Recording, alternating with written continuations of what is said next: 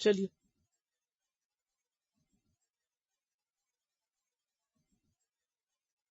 یا ایھا الذین آمنوا، اے لوگو جو ایمان لائے ہو، اطیعوا اللہ، اطاعت کرو اللہ کی، ورسولہ، اور اس کے رسول کی، یعنی محمد صلی اللہ علیہ وسلم کی، ولا تولوا، اور نہ تم منہ موڑو، نہ اعراض برتو، عنہ، اس سے.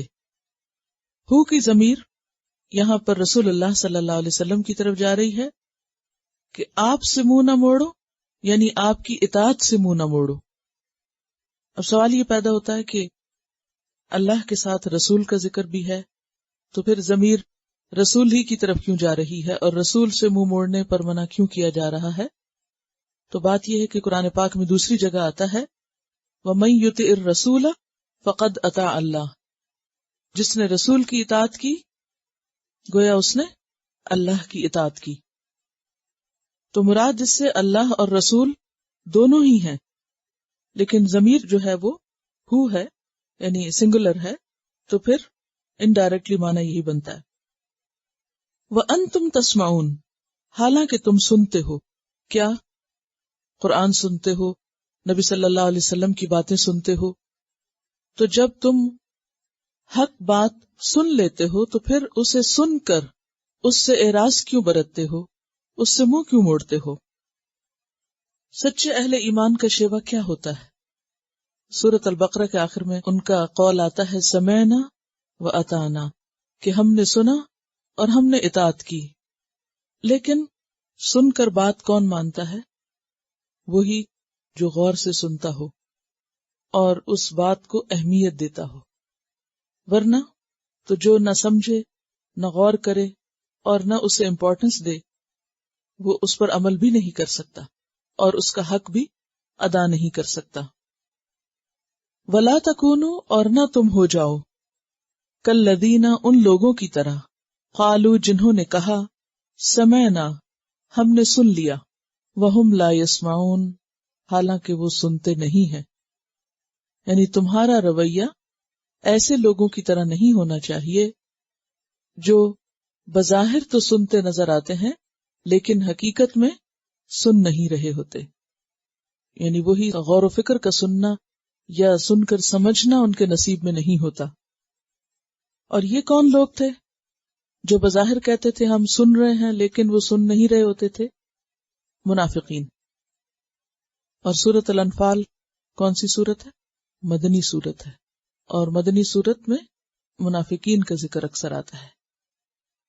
یعنی اس سے پتہ یہ چلتا ہے کہ مخلص اور سچے اہل ایمان اور منافقین میں فرق ہوتا ہے، اور اس فرق کا آغاز سننے سے ہی ہو جاتا ہے.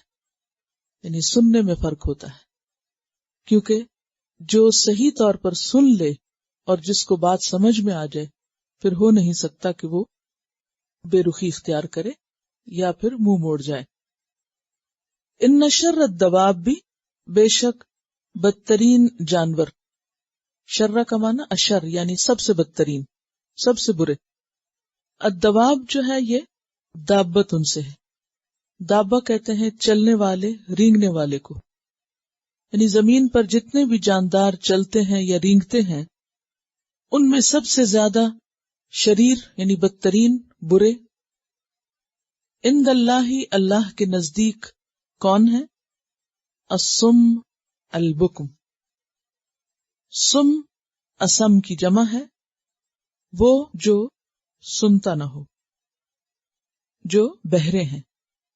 البکم ابکم کی جمع، جو بولتا نہ ہو یعنی گنگے ہیں. اس زمین پہ چلنے والوں میں سے سب سے بدترین لوگ وہ ہیں جو سنتے اور بولتے نہیں. لیکن اس سننے اور بولنے سے مراد بھی کیا ہے کہ جو حق کی بات نہیں سنتے، جو اللہ کی بات نہیں سنتے، جو رسول کی بات نہیں سنتے، اور پھر زبان سے ویسی بات کہتے بھی نہیں. کیونکہ ہوتا یہ ہے کہ انسان جو کچھ سنتا ہے یا جیسا سنتا ہے ویسا ہی بولتا ہے. اور اس کی عام مثال کیا ہے؟ ایک بچہ جو بھی زبان سنتا ہے زیادہ، پھر بڑے ہو کر وہی بولتا ہے. تو بولنے کا تعلق بھی کس سے ہے؟ سننے سے. تو جس کے سننے میں خلل ہو، کمی ہو، نقص ہو، اس کے بولنے میں خود بخود کمی واقع ہو جاتی ہے. تو اللہ کے نزدیک بدترین جانور وہ لوگ ہیں جو بہرے گنگے ہیں، الذین لا یعقلون، جو عقل سے کام نہیں لیتے، جو بات کو سمجھتے نہیں. اور کس بات کو نہیں سمجھتے؟ حق کی بات کو. حق بات کو سمجھنے کے لیے اپنی صلاحیتوں کو استعمال نہیں کرتے. اب یہاں پر آپ دیکھیے، یہ نہیں کہا گیا کہ بدترین جانور یا بدترین انسان وہ ہیں جو نماز نہیں پڑھتے یا زکوٰۃ نہیں دیتے، بلکہ نماز اور زکوٰۃ سے بھی پیچھے جا کر جو سبب ہے نماز یا زکوٰۃ نہ دینے کا، اور وہ کیا ہے؟ حق کو نہ سننا، اس کا ذکر کیا گیا ہے. یعنی اصل روٹ کاز جو ہے، یا جو بنیادی سبب ہے، یا جو اصل مشکل ہے، اس کا ذکر کیا جا رہا ہے. اب آپ بتائیے کہ زمین پر کون کون چلتا ہے؟ انسان کے علاوہ کون کون؟ گائے، بکری، بلی، کتا، چوہا، سانپ، بچھو، یعنی بے شمار ہزاروں کی تعداد میں ہے. لیکن عام طور پر جب انسان کسی جانور کو دیکھتا ہے تو اس کے دل میں کیا خیال آتا ہے کہ یہ ہم سے کم تر درجے کی چیز، اور ہے بھی انسان کے مقابلے میں. لیکن اللہ کے نزدیک وہ انسان جو عقل سے کام نہیں لیتے، جو حق بات سنتے نہیں، حق بات کرتے نہیں، وہ ان جانوروں سے، گویا دوسرے لفظوں میں آپ کہہ سکتے ہیں جیسے کتے سے، بلی سے، گائے سے، بکری سے بھی کیا ہیں؟ نچلے درجے پہ ہیں. ان کے مقابلے میں بھیڑ بکری زیادہ بہتر ہے، سانپ بچھو زیادہ بہتر ہے، کیونکہ وہ کیا کرتا ہے؟ یہ سب جانور وہی کر رہے ہیں جو اللہ نے ان کو کرنے کا حکم دیا ہے. وہ اللہ کی سن رہے ہیں، مان رہے ہیں، لیکن یہ نہ سنتے ہیں اور نہ مانتے ہیں. اس سے آپ اندازہ لگائیے کہ ایسے انسانوں کی اللہ کی نظر میں کیا وقت اور کیا ویلیو ہے. ایسے ہی لوگوں کے لیے اس نے پھر جہنم تیار کیا کہ یہ لوگ پھر اس زمین کا کوڑا کرکٹ ہے، جو غور و فکر نہ کریں، جو عقل سے کام نہ لیں، جو حق کو نہ پہچانے اور حق کو قبول نہ کرے اور حق کے مطابق زندگی بسر نہ کرے. انسان کی امتیازی خصوصیت کیا ہے؟ عقل. عقل اسے دوسرے تمام جانوروں سے کیا بناتی ہے؟ ممتاز بناتی. دوسرے جانوروں کے مقابلے میں جس چیز کی وجہ سے انسان دوسروں پر فوقیت رکھتا ہے وہ اس کی عقل ہے.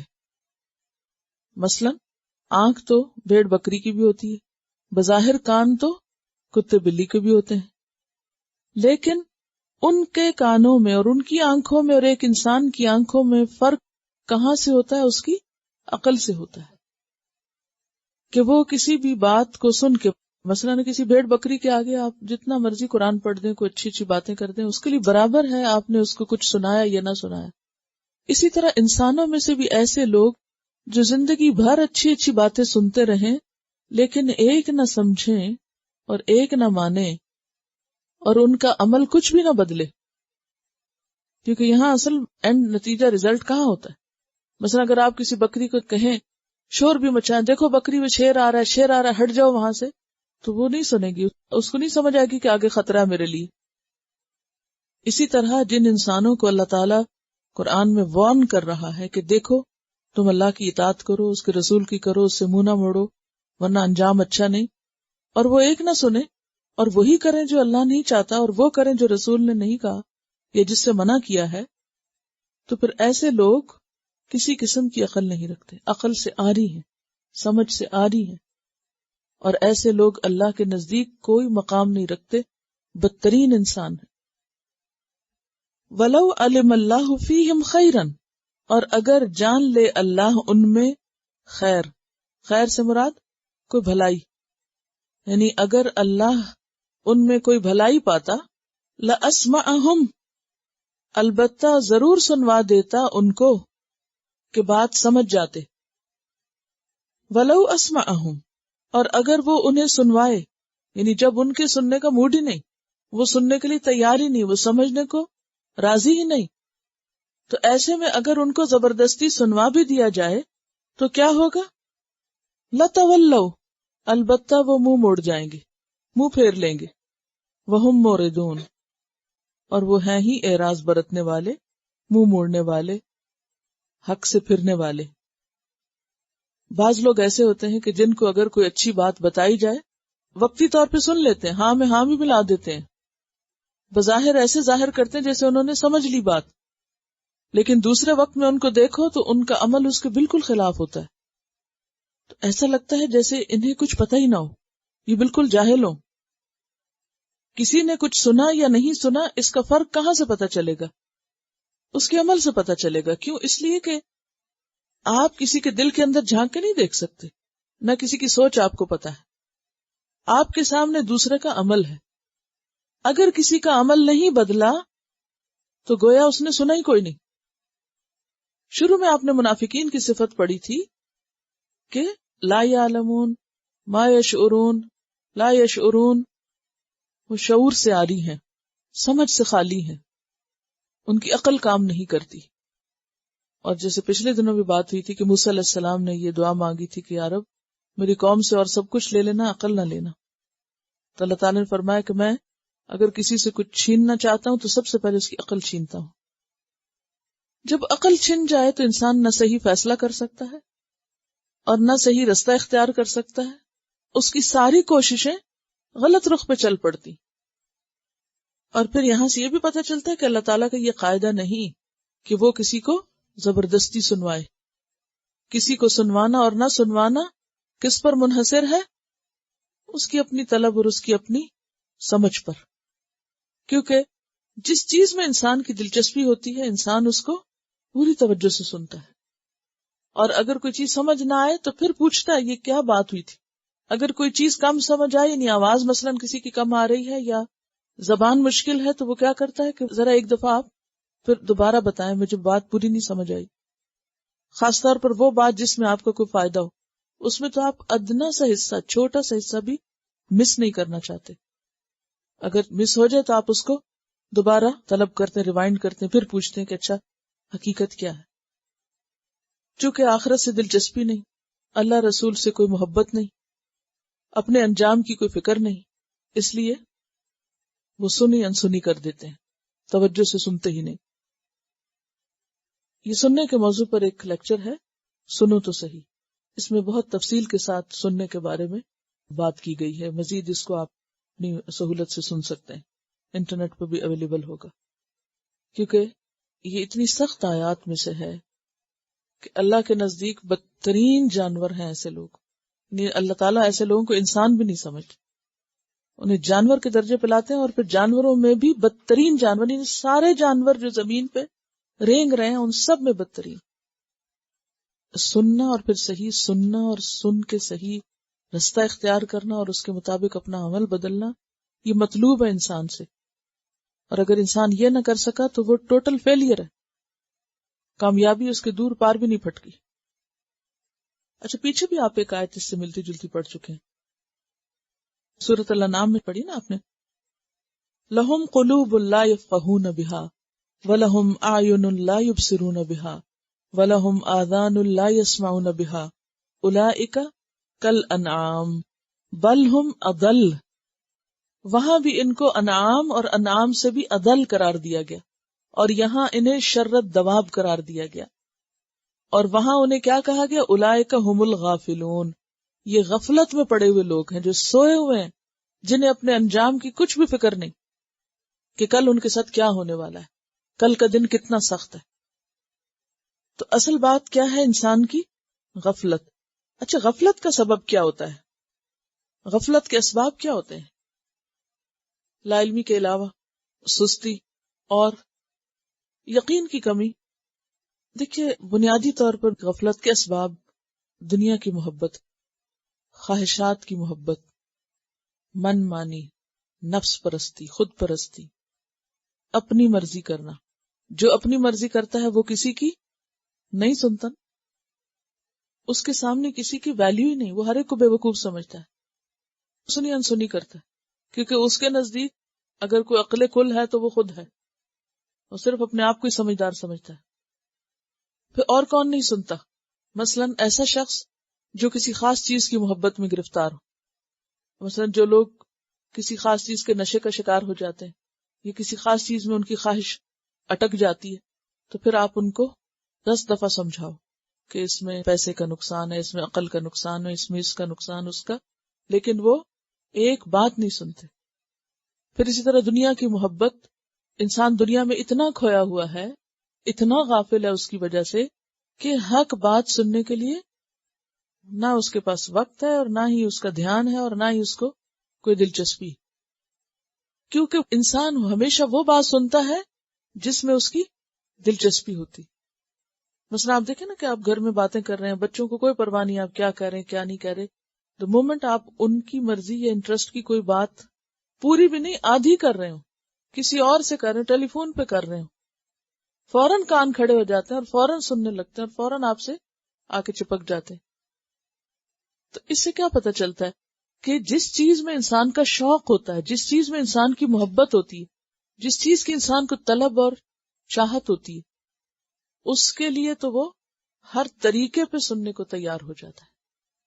تو نہ سننے کا بنیادی سبب غفلت، اور غفلت کا بنیادی سبب دنیا کی محبت، اپنے نفس کی محبت، خواہشات کی محبت، آخرت کے مقابلے میں دنیا کو زیادہ ترجیح دینا، یہ ہے بنیادی اسباب جو انسان کو حق نہیں سننے دیتے، اللہ کی بات اور اس کے رسول کی بات نہیں سننے دیتے۔ کیونکہ پیچھے بات کس کی چل رہی ہے سننے کی؟ کیا سننے کی بات ہو رہی ہے؟ اللہ رسول کی بات، کہ اطاعت کرو اللہ رسول کی، منہ نہ موڑو، حالانکہ تم سنتے ہو، سن رہے ہو۔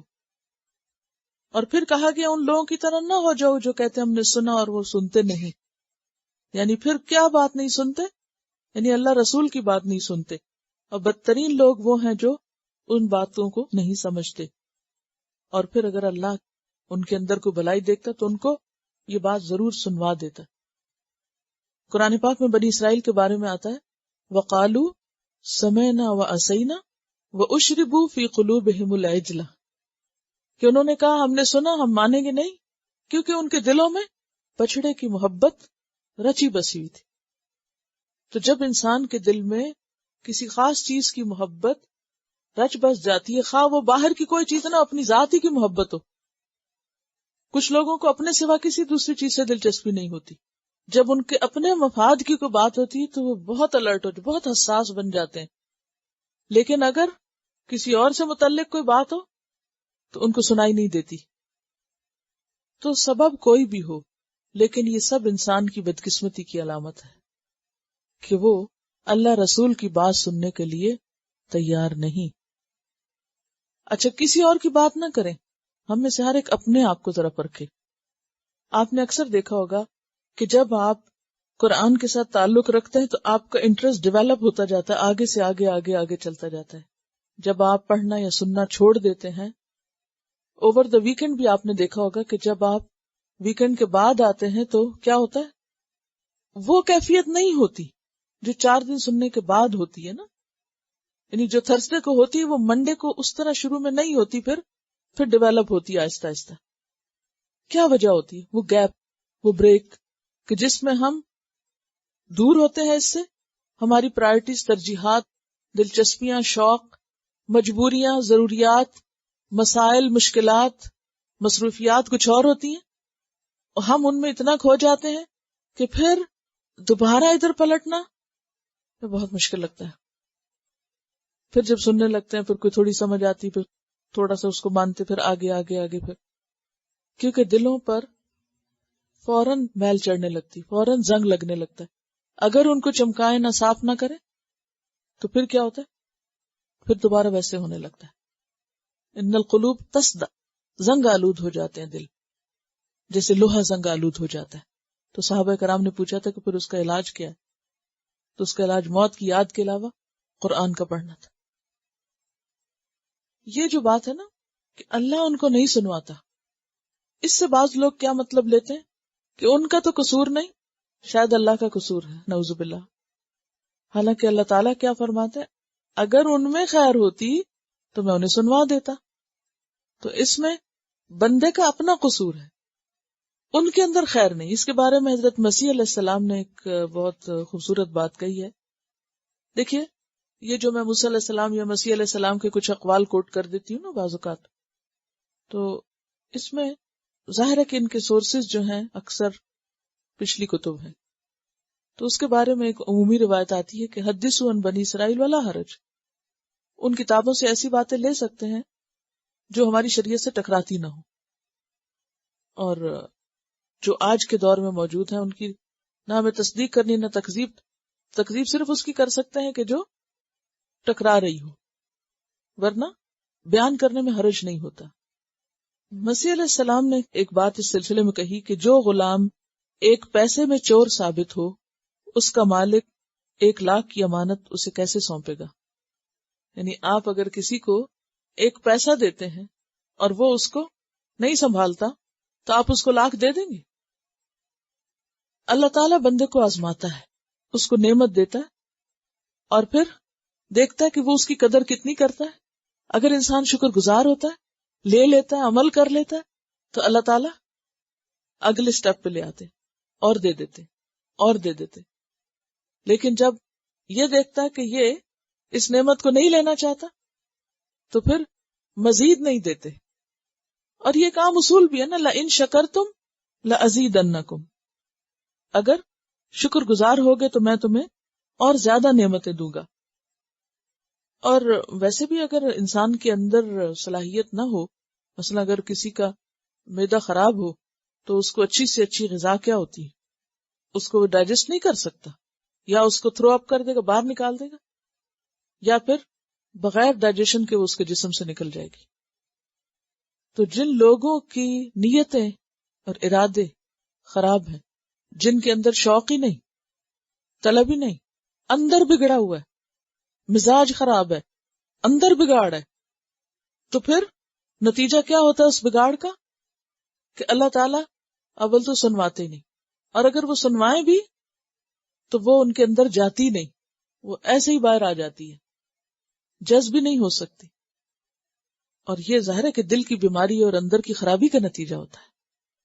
یعنی خراب زمین پانی کو جذب نہیں کرتی اپنے اندر، بارش ہوتی سب پانی وہاں سے بہہ جاتا ہے، کہیں اور چلا جاتا ہے. اسی طرح ایسا انسان جس کے دل میں بگاڑ ہو، اس کو اچھی بات نہ سمجھ آتی ہے اور نہ اس پہ اثر کرتی اور نہ فائدہ دیتی. ساری باتوں کا خلاصہ یہ ہے کہ ہم میں سے ہر ایک کو اپنی اپنی فکر کرنی چاہیے اور اپنے اپنے دلوں کا جائزہ لینا چاہیے کہ وہاں اللہ رسول کی باتوں سے دلچسپی کتنی ہے، ان کی قدردانی کتنی ہے، ان کا شوق کتنا ہے. کیونکہ اگر ہمیں ان میں فائدہ نظر آئے گا نا تو ہم ان کو رائیگاں نہیں جانے دیں گے. پھر ہر تکلیف اٹھا کے، ہر مشکل سے بھی سن کے چھوڑیں گے، پھر ایسے نہیں جانے دیں گے. پھر کیا ہوتا ہے، جس کو شوق لگ جاتا ہے پھر اس کو کسی بھی لیول پہ جا کے صبر نہیں آتا. وہ کبھی یہ نہیں کہتا کہ بس. اسی لیے کہتے ہیں کہ جو علم کا پیاسا ہوتا ہے وہ کبھی سیر نہیں ہوتا. علماء کبھی سیر نہیں، کبھی وہ نہیں سمجھتے کہ بہت پڑھ لیا اور بہت سن لیا اور بہت جان لیا. وہ سب کچھ پا کے بھی یہ سمجھتے کہ ابھی نہیں پورا ہوا. اور یہی جو ایک بھوک ہوتی ہے نا انسان کے اندر کی طلب، وہ اس کو آگے بڑھاتی رہتی، شوق دلاتی رہتی ہے. اچھا اور کیا کرے اور کیا کرے. ایسے انسان کا پھر دل کھل جاتا ہے، پھر وہ نیکی کے مواقع کی تلاش میں رہتا ہے. اور کیا اور کیا، اور میں کیا کر سکتا ہوں، ابھی مجھے بہت کچھ کرنا چاہیے. نہ وہ اپنی نیکی پہ نہ اپنے عمل پہ متکبر ہونے کا تو سوال پیدا نہیں ہوتا، وہ راضی نہیں ہوتا ابھی میں نے کچھ نہیں کیا. اور جو غافل ہوتا ہے وہ چھوٹا سا کام کر کے سمجھتا ہے کہ میں نے اپنی ذمہ داری پوری کر دی، مجھے اس سے زیادہ اور کیا چاہیے. پھر فرمایا یا ایھا الذین آمنو، اے لوگو جو ایمان لائے ہو. اور پیچھے بارہا میں آپ کو بتا چکی ہوں کہ جب یا ایھا الذین آمنو کہہ کے پکارا جائے تو یہ ایک خاص خطاب ہے کہ جو مان چکے ہو اب کیا کرو، مزید کچھ کرو. استجیبو، حکم مانو، حکم قبول کرو، جواب دو. للہ وللرسول، اللہ کے لیے اور رسول کے لیے. اور رسول سے مراد یہاں محمد صلی اللہ علیہ وسلم ہے. اذا دعاکم، جب وہ بلاتے ہیں تم کو، لما، اس چیز کی طرف، لما اصل میں تھا علامہ، یحییکم، جو زندہ کرتی ہے تم کو، جو زندگی بخشنے والی ہے تم کو. یعنی اے ایمان والو اللہ رسول کی بات کے لیے لبیک کہو، جواب دو، بات مان لو، قبول کر لو جب وہ تمہیں ایسی چیز کی طرف بلاتے ہیں جس میں تمہاری زندگی ہے۔ تو کون سی چیز ہے وہ جس میں تمہارے لیے زندگی ہے؟ ہر وہ چیز جس کی طرف وہ دعوت دیں۔ سب سے پہلی دعوت ان کی ایمان کی طرف ہوتی ہے۔ پہلی دعوت کس کی ہوتی؟ ایمان کی طرف۔ پھر اس کے بعد وہ کیا کہتے ہیں؟ کتاب کی طرف بلاتے ہیں، قرآن کی طرف۔ یعنی ہر وہ چیز جو تمہیں زندگی بخشے، اور زندگی بخشنے سے مراد کیا ہے؟ تمہاری اصلاح کر دے، تمہارے اندر روشنی پیدا کر دے، تمہارے دل میں سکون اور اطمینان پیدا کر دے۔ ایسی باتوں کی، یعنی ایسی پکار یا ایسی دعوت کی قدر کرو اور اس پر لبیک کہو۔ دوسرے لفظوں میں اس پکار پہ لبیک کہو جو تمہارے دلوں کو زندہ اور روشن کرنے والی ہے، تمہارے اندر بصیرت پیدا کرنے والی ہے، تمہیں روشنی بخشنے والی ہے۔ جیسا کہ وہ سورۃ الانعام کی آیت نمبر 122 میں آپ نے پڑھا تھا، أَوَمَنْ كَانَ مَيْتًا فَأَحْيَيْنَاهُ وَجَعَلْنَا لَهُ نُورًا يَمْشِي بِهِ فِي النَّاسِ كَمَنْ مَثَلُهُ فِي الظُّلُمَاتِ لَيْسَ بِخَارِجٍ مِنْهَا۔ تو ایمان کی دعوت، قرآن کی دعوت دراصل دلوں کے لیے سکون، روشنی اور زندگی کا سبب ہے، بصیرت کا سبب ہے، گہری سمجھ کا سبب ہے۔ وَاعْلَمُوا، اور جان لو۔ کیا جان لو؟ علم حاصل کر لو۔ کس بات کا؟ اس بات کا کہ ان اللہ، بے شک اللہ تعالی، یحول، حائل ہو جاتا ہے، بین المرء وقلبہ، آدمی اور اس کے دل کے درمیان۔ اللہ بندے اور اس کے دل کے درمیان حائل ہو جاتا ہے۔ یحول کا لفظ جو ہے یہ حول سے ہے، اور حول کہتے ہیں رکاوٹ کو، یعنی حائل ہونا کیا ہوتا ہے؟ رکاوٹ ڈال دینا۔ اللہ بندے اور اس کے دل کے درمیان حائل ہو جاتا ہے۔ اس سے کیا مراد ہے؟ کہ بندہ خواہش کرتا ہے، تمنا کرتا ہے، ارادے کرتا ہے، نیت کرتا ہے، اور پھر ایک وقت ہوتا ہے یا ایک مدت یا ایک مہلت ہوتی ہے جو بندے کو دی جاتی ہے اس ارادے کو پورا کرنے کے لیے، اور اگر وہ اس مہلت سے، اس وقت سے فائدہ نہیں اٹھاتا تو اللہ کا فیصلہ آ جاتا ہے، اور نتیجہ کیا ہوتا ہے؟ موقع اور چانس ختم، ٹائم اینڈ، اور انسان صرف تمنا ہی کر کے رہ جاتا ہے، اپنی تمنا کو پورا نہیں کر سکتا۔ حضرت علی نے کہا تھا نا کہ میں نے اللہ تعالیٰ کو کس سے پہچانا؟ اپنے ارادوں کے ٹوٹنے سے۔ یعنی بندہ ارادے کرتا ہے، سوچتا ہے اچھا میں کروں گا، یعنی ہم نے اللہ کی بات سنی، قرآن کی بات سنی، اللہ کی بات سنی، سننے کے بعد ہم میں سے ہر ایک کے اندر کچھ نہ کچھ خیالات آتے ہیں۔ ہم میں سے ہر وہ شخص جس کا دل زندہ ہے اس کے لیے یہ کتاب بارش کی حیثیت رکھتی ہے نا، کہ جیسے زرخیز زمین پہ بارش پڑتی ہے تو اس کے اندر سے ضرور کچھ نہ کچھ پھوٹتا ہے۔ تو ایسے ہی اچھے لوگ جب اللہ کی کتاب سنتے ہیں تو ان کے دل یعنی ایک دم بے چین ہو جاتے ہیں کچھ کرنے کے لیے، عمل کے لیے تیار ہو جاتے ہیں۔ جن کے دل بے چین نہیں ہوتے وہ تو گویا سنتے ہی نہیں، کیونکہ قرآن دل پہ اترا ہے نا، تو دل پہ براہ راست اثر کرتا ہے۔ اب آپ دیکھیں کہ ان کے دلوں میں ایک تلاطم برپا ہو جاتا ہے، یا ان کے دلوں میں ایک بے قراری سی اٹھتی ہے، ان کے اندر ایک شوق اٹھتا ہے، نیت، ارادہ کہ ہم اچھے اچھے کام کریں۔ اچھا اس کام کا اتنا فائدہ ہے، یہ تو میں ضرور کروں گا۔ اچھا خیال اٹھا، ارادہ بنا، اب اگلا سٹیپ یہ تھا کہ آپ اس کے لیے کوئی پلاننگ کریں اور وہ کریں جو سوچا آپ نے۔ لیکن اکثر کیا ہوتا ہے، جو ہم سوچتے ہیں وہ صرف سوچ کے ہی رہ جاتے ہیں، کرتے نہیں ہیں۔ سوچ اور عمل کے موقع کا ایک وقت مقرر ہے، سوچ اٹھتی ہے اور ہر بندے کو ایک ٹائم پیریڈ دیا جاتا ہے، اس میں کر لو۔ وہ ٹائم پیریڈ 1 گھنٹے کا ہو سکتا ہے، 1 سال کا ہو سکتا ہے، 10 سال کا ہو سکتا ہے، ایک زندگی پوری کا ہو سکتا ہے۔ اگر آپ اس سے فائدہ نہیں اٹھاتے اس مہلت سے تو پھر کیا ہوتا ہے؟ چانس ختم ہو جاتا ہے۔ کچھ کام ایسے ہوتے ہیں جو آپ کو اسی وقت ہی کرنے میں ہوتے ہیں، فوراً کرنے چاہیے۔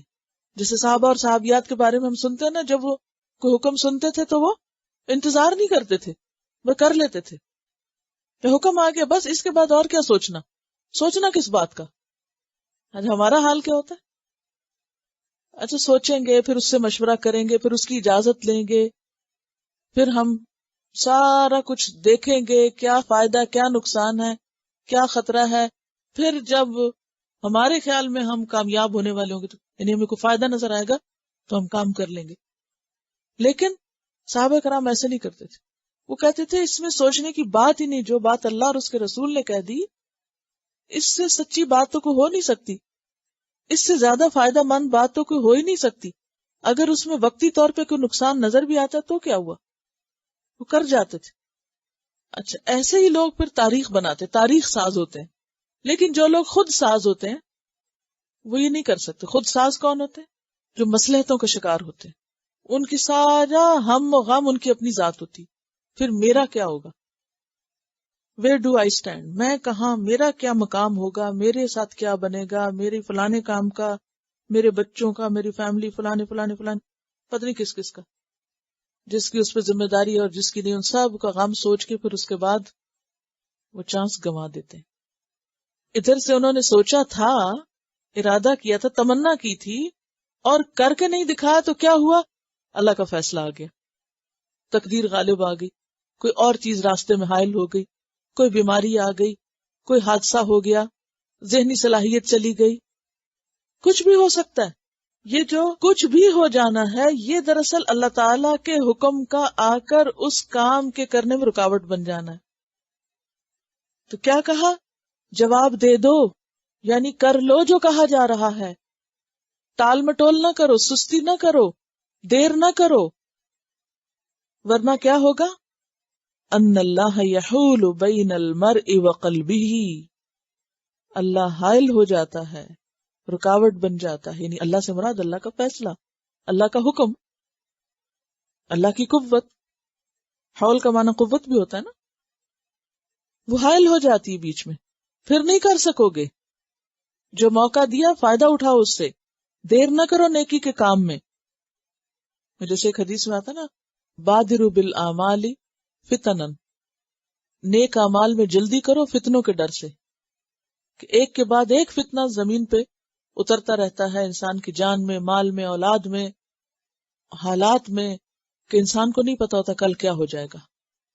لہذا بادروا بالاعمال، اعمال میں جلدی کرو، دیر نہ کرو، سوچو نہیں، لمبا نہیں ٹالو.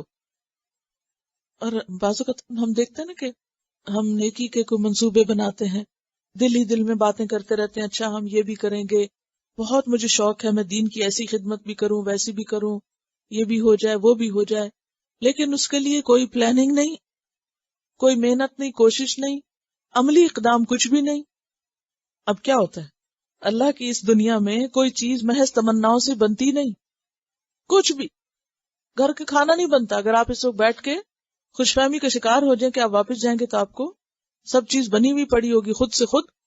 کیسے ہو سکتا؟ نہیں ہو سکتی. کوئی چیز خود نہیں ہوتی، کرنے سے ہوتی ہے. اگر ایک کھانا خود نہیں پک سکتا، ایک گھر خود صاف نہیں ہو سکتا، ایک کاغذ ادھر سے ادھر خود نہیں جا سکتا جب تک آپ اس کو اٹھا کے نہ رکھیں، تو دین کے کام اور اللہ کی عبادت اور اللہ کی رضا کے کام اور آخرت کمانے کے کام وہ خود ہی ہو جائیں گے صرف تمناؤں سے. تو انسان سخت امتحان میں ہے.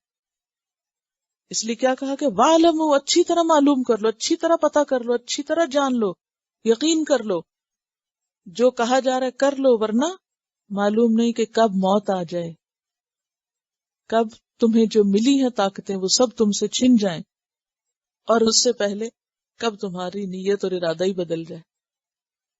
بعض اوقات ایسا بھی ہوتا ہے نا کہ ہم ایک ارادہ کرتے ہیں اور پھر اس کے بعد اپنا ہی مزاج خراب ہوا ہوتا ہے، کسی اور کا کیا کہنا. تو اس کی کیا وجہ ہے؟ اس کی وجہ بھی یہی ہے کہ اللہ تعالیٰ بندے کو جب دیتا ہے اور بندہ اس کی قدر نہیں کرتا تو اللہ دل ہی بدل دیتا ہے.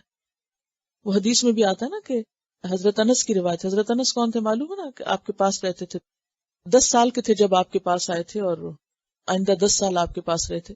تو وہ آپ کو ہر موقع پہ دیکھتے رہتے تھے، گھر کے اندر باہر ہر جگہ. اور ابھی چونکہ بچے تھے تو پردے کا بھی مسئلہ نہیں تھا تو گھر میں بھی آتے جاتے تھے. تو وہ کہتے ہیں کہ میں دیکھتا تھا کہ نبی صلی اللہ علیہ وسلم بہت کثرت سے یہ دعا مانگتے ہیں. کیا دعا؟ یا مقلب القلوب ثبت قلبی علی دینک.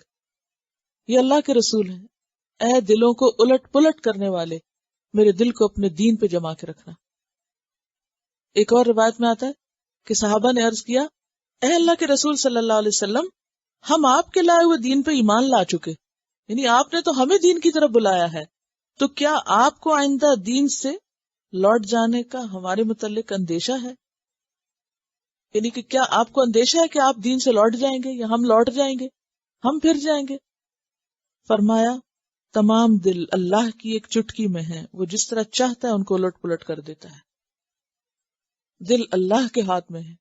حدیث میں دو انگلیوں کے درمیان، جس کو چٹکی میں کہہ رہی ہے نا، دو انگلیوں کے درمیان، کہ جدھر چاہتا ہے ان کو الٹ پلٹ کر دیتا ہے. معلوم نہیں کہ خود اپنا دل کب الٹ جائے، کب ہمارے اندر ہی نیکی کی محبت ختم ہو کے رہ جائے، وہ جو ہم نے سوچا تھا وہی چلا جائے، اس سپارک جو ہوا تھا وہ بجھ جائے.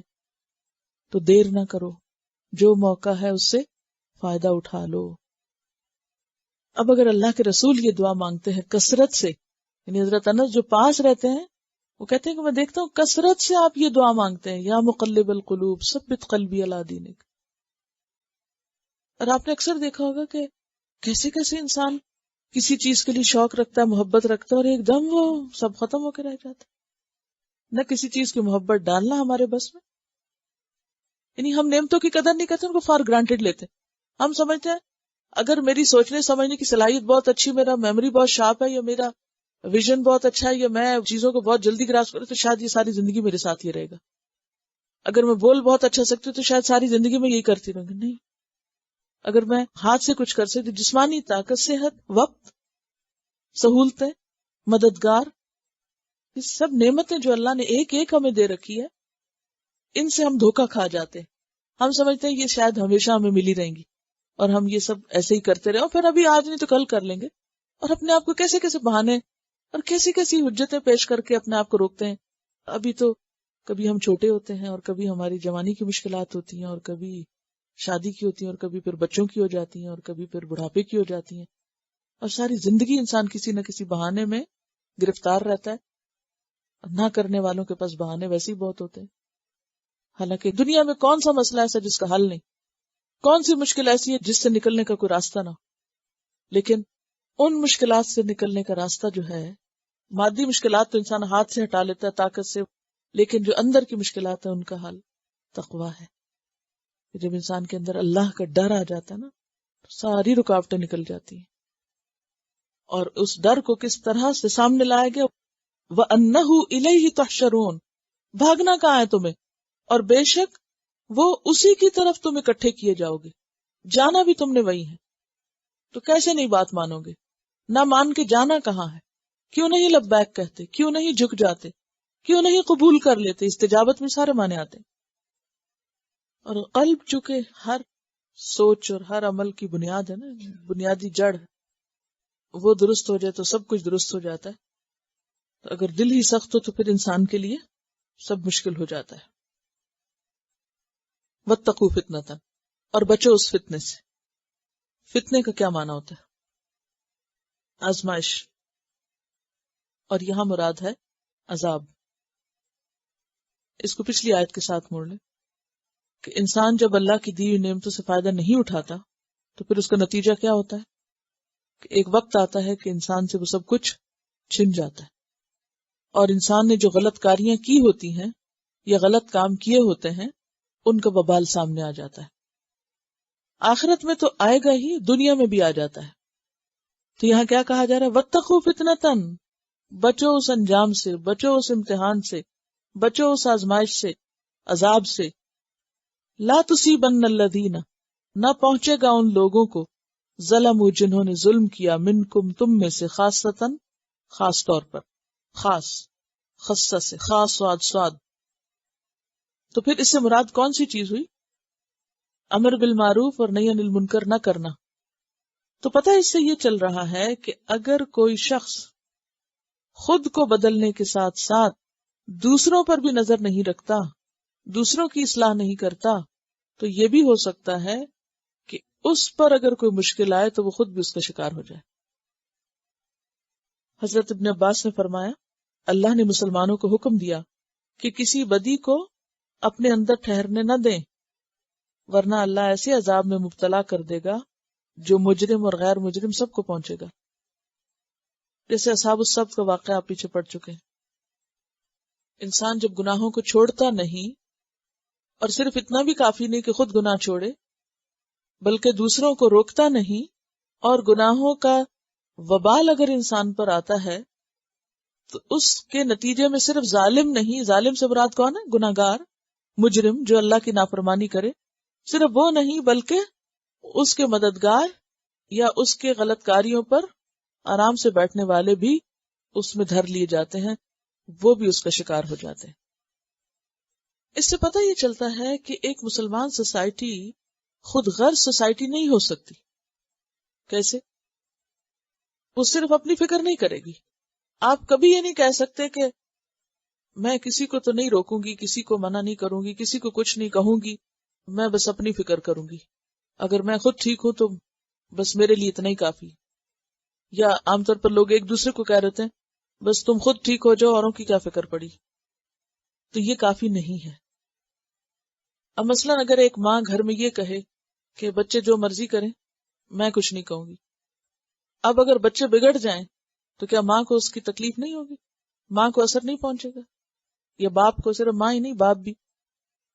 اسی طرح اگر آپ کچھ لوگوں کے بیچ میں رہتے ہیں کسی بھی سوسائٹی میں، تو آپ اگر کسی کو غلط کام کرتے ہوئے دیکھتے ہیں اور روکتے نہیں، مثلا اگر آپ کسی کو دیکھ رہے ہیں کوئی شخص کسی دوسرے کی برائی کر رہا ہے، کوئی کسی کی غیبت کر رہا ہے، آپ بھی سننے میں شامل ہو جاتے ہیں اور سنتے چلے جاتے ہیں اور آپ روکتے نہیں، تو کیا ہوگا؟ وہ آپ کے کانوں تک بھی پہنچے گی. اور اگر آج آپ کے سامنے کوئی کسی کی کر رہا ہے تو کل آپ کی کہیں اور جا کے کرے گا. جھجک تو کھل گئی نا. اصل میں تقوی انسان کو اتنا حساس بنا دیتا ہے، تقوی انسان کو اتنا روشن ضمیر کر دیتا ہے کہ جیسے پیچھے ہم نے پڑھا تھا سورۃ الاعراف کے اختتام پر کہ اذا مسهم طائف من الشیطان تذکروا فاذا هم مبصرون، کہ اللہ کے بندے وہ ہوتے ہیں کہ جب انہیں کوئی شیطانی وسوسہ آتا ہے، شیطان کی طرف سے کوئی خیال ہی آتا ہے، تو وہ کیا کرتے ہیں؟ ایک دم چوکنے ہو جاتے ہیں. یہ بالکل ایسے ہی کہ جیسے اگر آپ گھر میں بیٹھے ہوئے کوئی کام کر رہے ہیں اور آپ کو کوئی ایسی آواز سنائی دیتی ہے کہ گویا کوئی آپ کے گھر میں آ رہا ہے، اندر دروازہ کھلا ہے، تو آپ آرام سے بیٹھے تھوڑی رہ جاتے ہیں. کیا کرتے ہیں؟ فوراً چوکنے ہوتے. کون آیا؟ چاہے آپ اوپر بیٹھے ہیں دروازہ کھلے تو آپ کہتے ہیں کون گھر میں آیا. اگر کوئی آ کے سلام نہ کرے یا آواز نہ دے تو فوراً کہ کون آیا. اور اگر کوئی جواب نہ دے تو آپ نیچے اتر جائیں گے کہ کوئی ہے جو یہاں داخل ہوا ہے، کون ہے وہ؟ آوازیں دینے لگیں گے.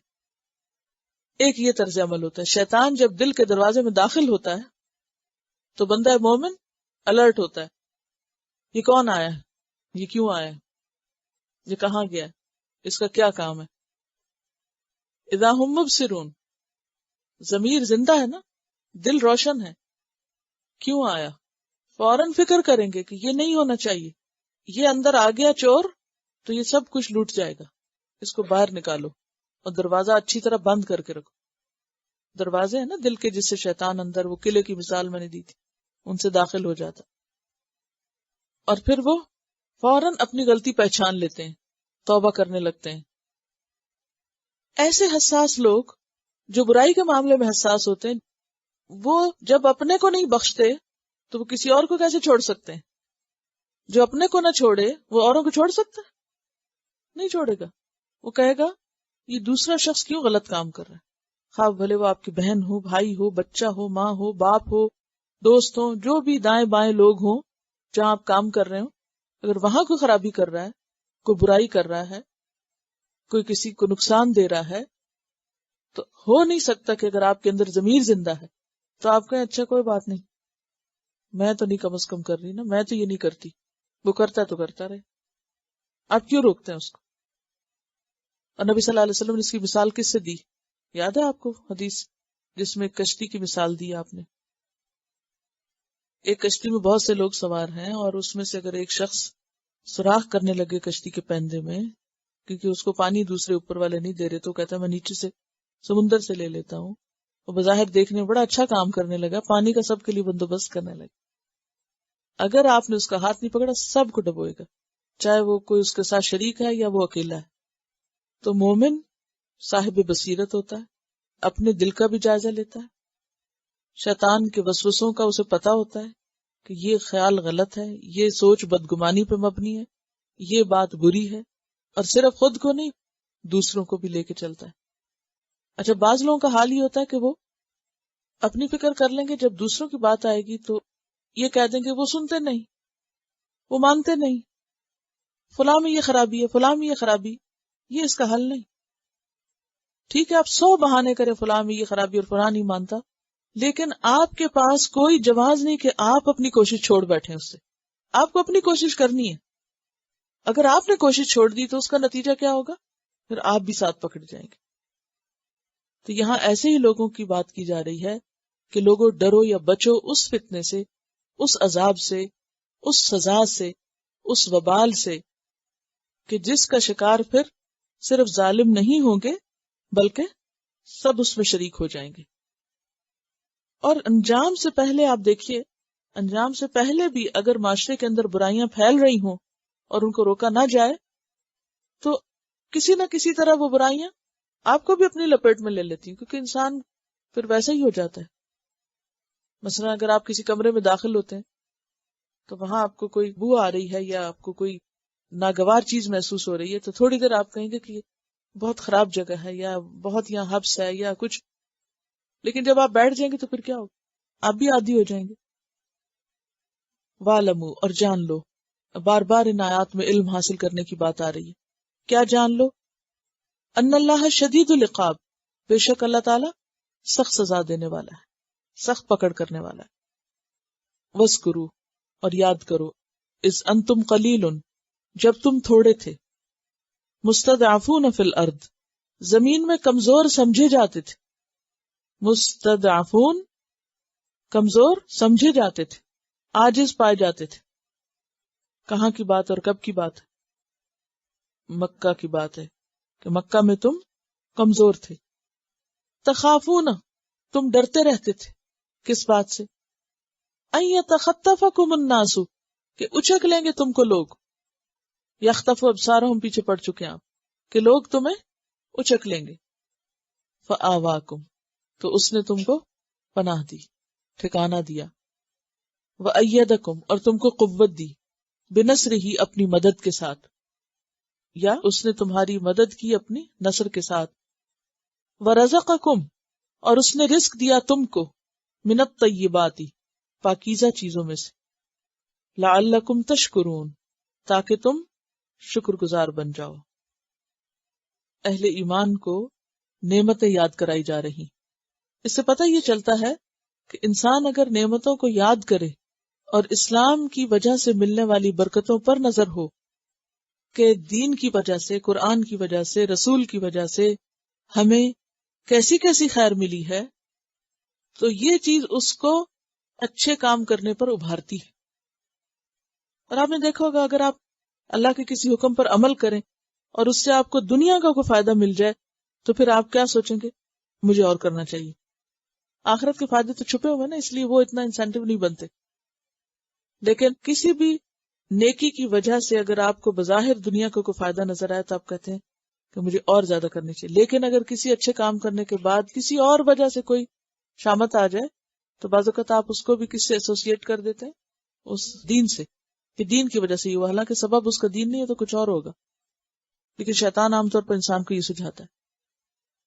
تو یہاں پر یعنی پہلے پیچھے کیا کہا گیا کہ اے ایمان والو، اللہ رسول کی بات سنو، اطاعت کرو، اور پھر جواب دو اس کی بات کا، اور ان فتنوں سے بچو جو سب کو لپیٹ لیں گے، اور آخر میں پھر موٹیویٹ کیا گیا کس طرح؟ نعمتوں کو یاد کرا کے، اور نعمتوں میں سب سے بڑی نعمت امن کی نعمت، ٹھکانہ ملنے کی نعمت، اللہ کی مدد کی نعمت، کثرت کی نعمت۔ تم تھوڑے تھے، کمزور تھے، ڈرتے تھے، اللہ نے تم کو پناہ دی، مدینہ میں مقام دیا، مدد کی، رزق دیا، تاکہ تم شکر گزار ہو جاؤ۔ انہوں نے سوال یہ کیا ہے کہ کسی کو برائی سے روکنا ہو تو کیا کیا جائے. میں سمجھتی ہوں کہ جب کبھی آپ کا یعنی ایک اصول آپ بنیادی لے لیجئے، جب کبھی آپ کو کسی بھی انسان کے ساتھ کوئی معاملہ کرنا ہو، کسی بھی انسان کے ساتھ، دنیا کا یا دین کا، اس کی جگہ خود کو رکھ لیں. آپ اپنے لیے کیا چاہیں گے؟ جو اپنے لیے آپ چاہتے ہیں وہی اس کے ساتھ کریں، سارے مسئلے حل ہو جائیں. ہمارے ڈبل سٹینڈرڈز جو ہیں، ہم اپنے لیے کچھ اور چاہتے ہیں اور دوسروں کے لیے کچھ اور پھر جب اس میں فرق رکھتے ہیں تو پھر ہم دوسروں کے ساتھ اور طرح پیش آتے ہیں، جس میں خیر خواہی کم اور دوسرے کی حقارت اور تحقیر زیادہ ہوتی ہے. اور اس کا نتیجہ کیا ہوتا ہے کہ دوسرا بھی ڈیفینسو ہو جاتا ہے، وہ بھی سنتا کوئی نہیں. اسٹیپ بائی اسٹیپ اور تھوڑا تھوڑا، جیسے ایک بیمار ہوتا ہے نا، تو بیمار کو آپ اگر ایک دم ہی ساری دوا دے دیں تو کیا ہوگا؟ اور بیمار ہو جائے گا. تو جن لوگوں کے دل بیمار ہوتے ہیں، جو دنیا کی محبت میں ڈوبے ہوئے، اگر آپ یکا یک جا کے ان سے کہیں کہ نکلو یہاں سے، چلو دین کی طرف، کہاں سے نکلیں گے وہ؟ تو تھوڑا تھوڑا گریجولی، ہلکا ہلکا. چلیے آگے چلتے ہیں. آگے فرمایا، یا ایھا الذین آمنو، اے لوگو جو ایمان لائے ہو، لا تخونوا اللہ، نہ تم خیانت کرو اللہ سے، والرسول، اور رسول سے، وتخونوا یعنی لا تخونوا تھا، نہ تم خیانت کرو، اماناتکم اپنی امانتوں میں، وانتم تعلمون حالانکہ تم جانتے ہو، علم رکھتے ہو. پھر ایمان والوں سے خطاب ہے اور خطاب کر کے خیانت سے روکا جا رہا ہے. خیانت نہ کرو. خیانت کا لفظ خے واو نون سے ہے، خون. خون کا لفظی معنی ہوتا ہے کمی کرنا. اس کو اچھی طرح یاد کر لیجیے. خیانت کیا ہوئی پھر؟ کمی کرنا. پورا کرنے کے لیے کیا لفظ آتا ہے؟ وفا. وفا پورا کرنے کو کہتے ہیں، اور خیانت کمی کرنے کو. تو لا تخون اللہ، نہ خیانت کرو اللہ سے، والرسول، اور رسول سے. تو کیا مراد ہے اس سے؟ کہ اللہ سے خیانت نہ کرو.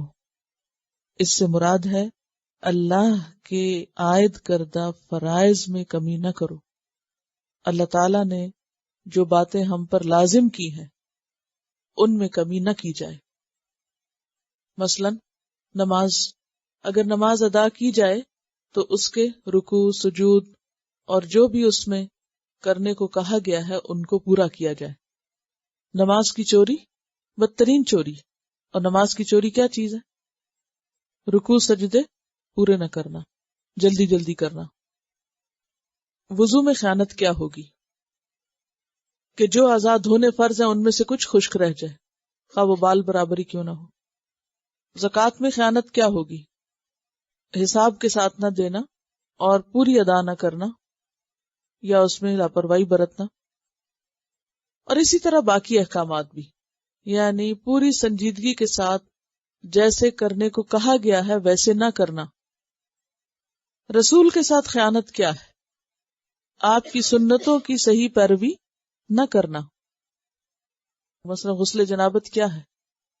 فرض ہے. اب اگر کوئی شخص غسل بھی کر رہا ہے اور پوری طرح جسم کو دھو ہی نہیں رہا. اسی طرح جو بھی اور چیزیں آپ صلی اللہ علیہ وسلم کی سنت سے ثابت ہیں، ان سنتوں میں کوتاہی، کمی، اس طریقے پہ نہ کرنا جیسے کرنے کو کہا گیا، ان میں سستی. اور آپس کی خیانتوں سے کیا مراد ہے؟ آپس میں ایک دوسرے کے حقوق ادا نہ کرنا. فالقانتات حافظات بما حفظ اللہ. تو خیانت کیا ہوگی؟ بے وفائی کو بھی خیانت کہیں گے نا. اور عدل کس کو کہتے ہیں؟ ہر صاحب حق کو اس کا حق دینا. تو اس کے برعکس پھر خیانت کیا ہوگی؟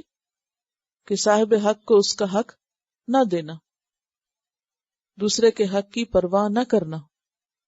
اور پھر مالی معاملات میں خیانت، اور گفتگو میں خیانت، اور زندگی کے ہر معاملے میں خیانت جو ہے وہ ہو سکتی ہے، جس سے کسی دوسرے کے حق میں جو ہم پر لازم آتا ہے اس میں کمی کی جائے. مثلا دھوکہ کیا ہے؟ یہ بھی خیانتی کی ایک قسم ہے. اسی طرح اگر کسی نے ہم سے کوئی راز کی بات کہی تو وہ کیا ہے ہمارے پاس؟ امانت. تو اگر ہم اس میں کمی کر دیتے ہیں، یعنی اس میں سے کچھ بات کسی کو آگے بتا دیتے ہیں، تو یہ کیا کیا ہم نے؟ خیانت. تو یہاں پر کہا یہ جا رہا ہے کہ اے ایمان والو، اللہ اور رسول اور آپس میں ایک دوسرے کے ساتھ خیانت نہ برتو، یعنی جو کچھ کرنے کو جیسے کہا گیا ویسے کرو، کمی نہ کرو. خیانت کا اپوزٹ کیا ہے؟ امانت. امانت کا کیا معنی ہوتا ہے؟ حفاظت کرنا. بیسیکلی جیسے خیانت کا مطلب کمی کرنا ہے، تو امانت کا مطلب حفاظت کرنا ہے، پورا کرنا ہے. اللہ کے حقوق کی حفاظت اور بندوں کے حقوق کی حفاظت. اور ہمیں جو کچھ ملا ہے، جو بھی نعمتیں ہیں اللہ کی طرف سے ہمیں ملی، ان نعمتوں کی بھی حفاظت. مثلا اپنے کانوں کی حفاظت، اپنی آنکھوں کی حفاظت، اپنی صحت کی حفاظت، دل کی حفاظت، سوچوں کی حفاظت، آنکھوں کی خیانت سے بچنا. یعلم خائنۃ الاعین وما تخفی الصدور، کہ وہ جانتا ہے نگاہوں کی خیانت کو اور جو دل چھپاتے ہیں. اسی طرح اور کس چیز میں امانت؟ آپ صلی اللہ علیہ وسلم جب بھی کوئی خطبہ دیتے تھے تو کیا فرماتے تھے؟ لا ایمان لمن لا امانت لہ، اس شخص کا ایمان ہی نہیں جس کے اندر امانت کا پاس نہیں، جو امین نہیں، جو حفاظت کرنے والا نہیں. پھر اسی طرح اپنی بات کی حفاظت، یعنی کوئی عہد کسی سے کیا ہے یا معاہدہ کیا ہے یا کانٹریکٹ کیا ہے، کسی کے ساتھ کوئی مالی لین دین کیا ہے، تو ان تمام چیزوں کی حفاظت جو ہے وہ امانت کہلاتی ہے.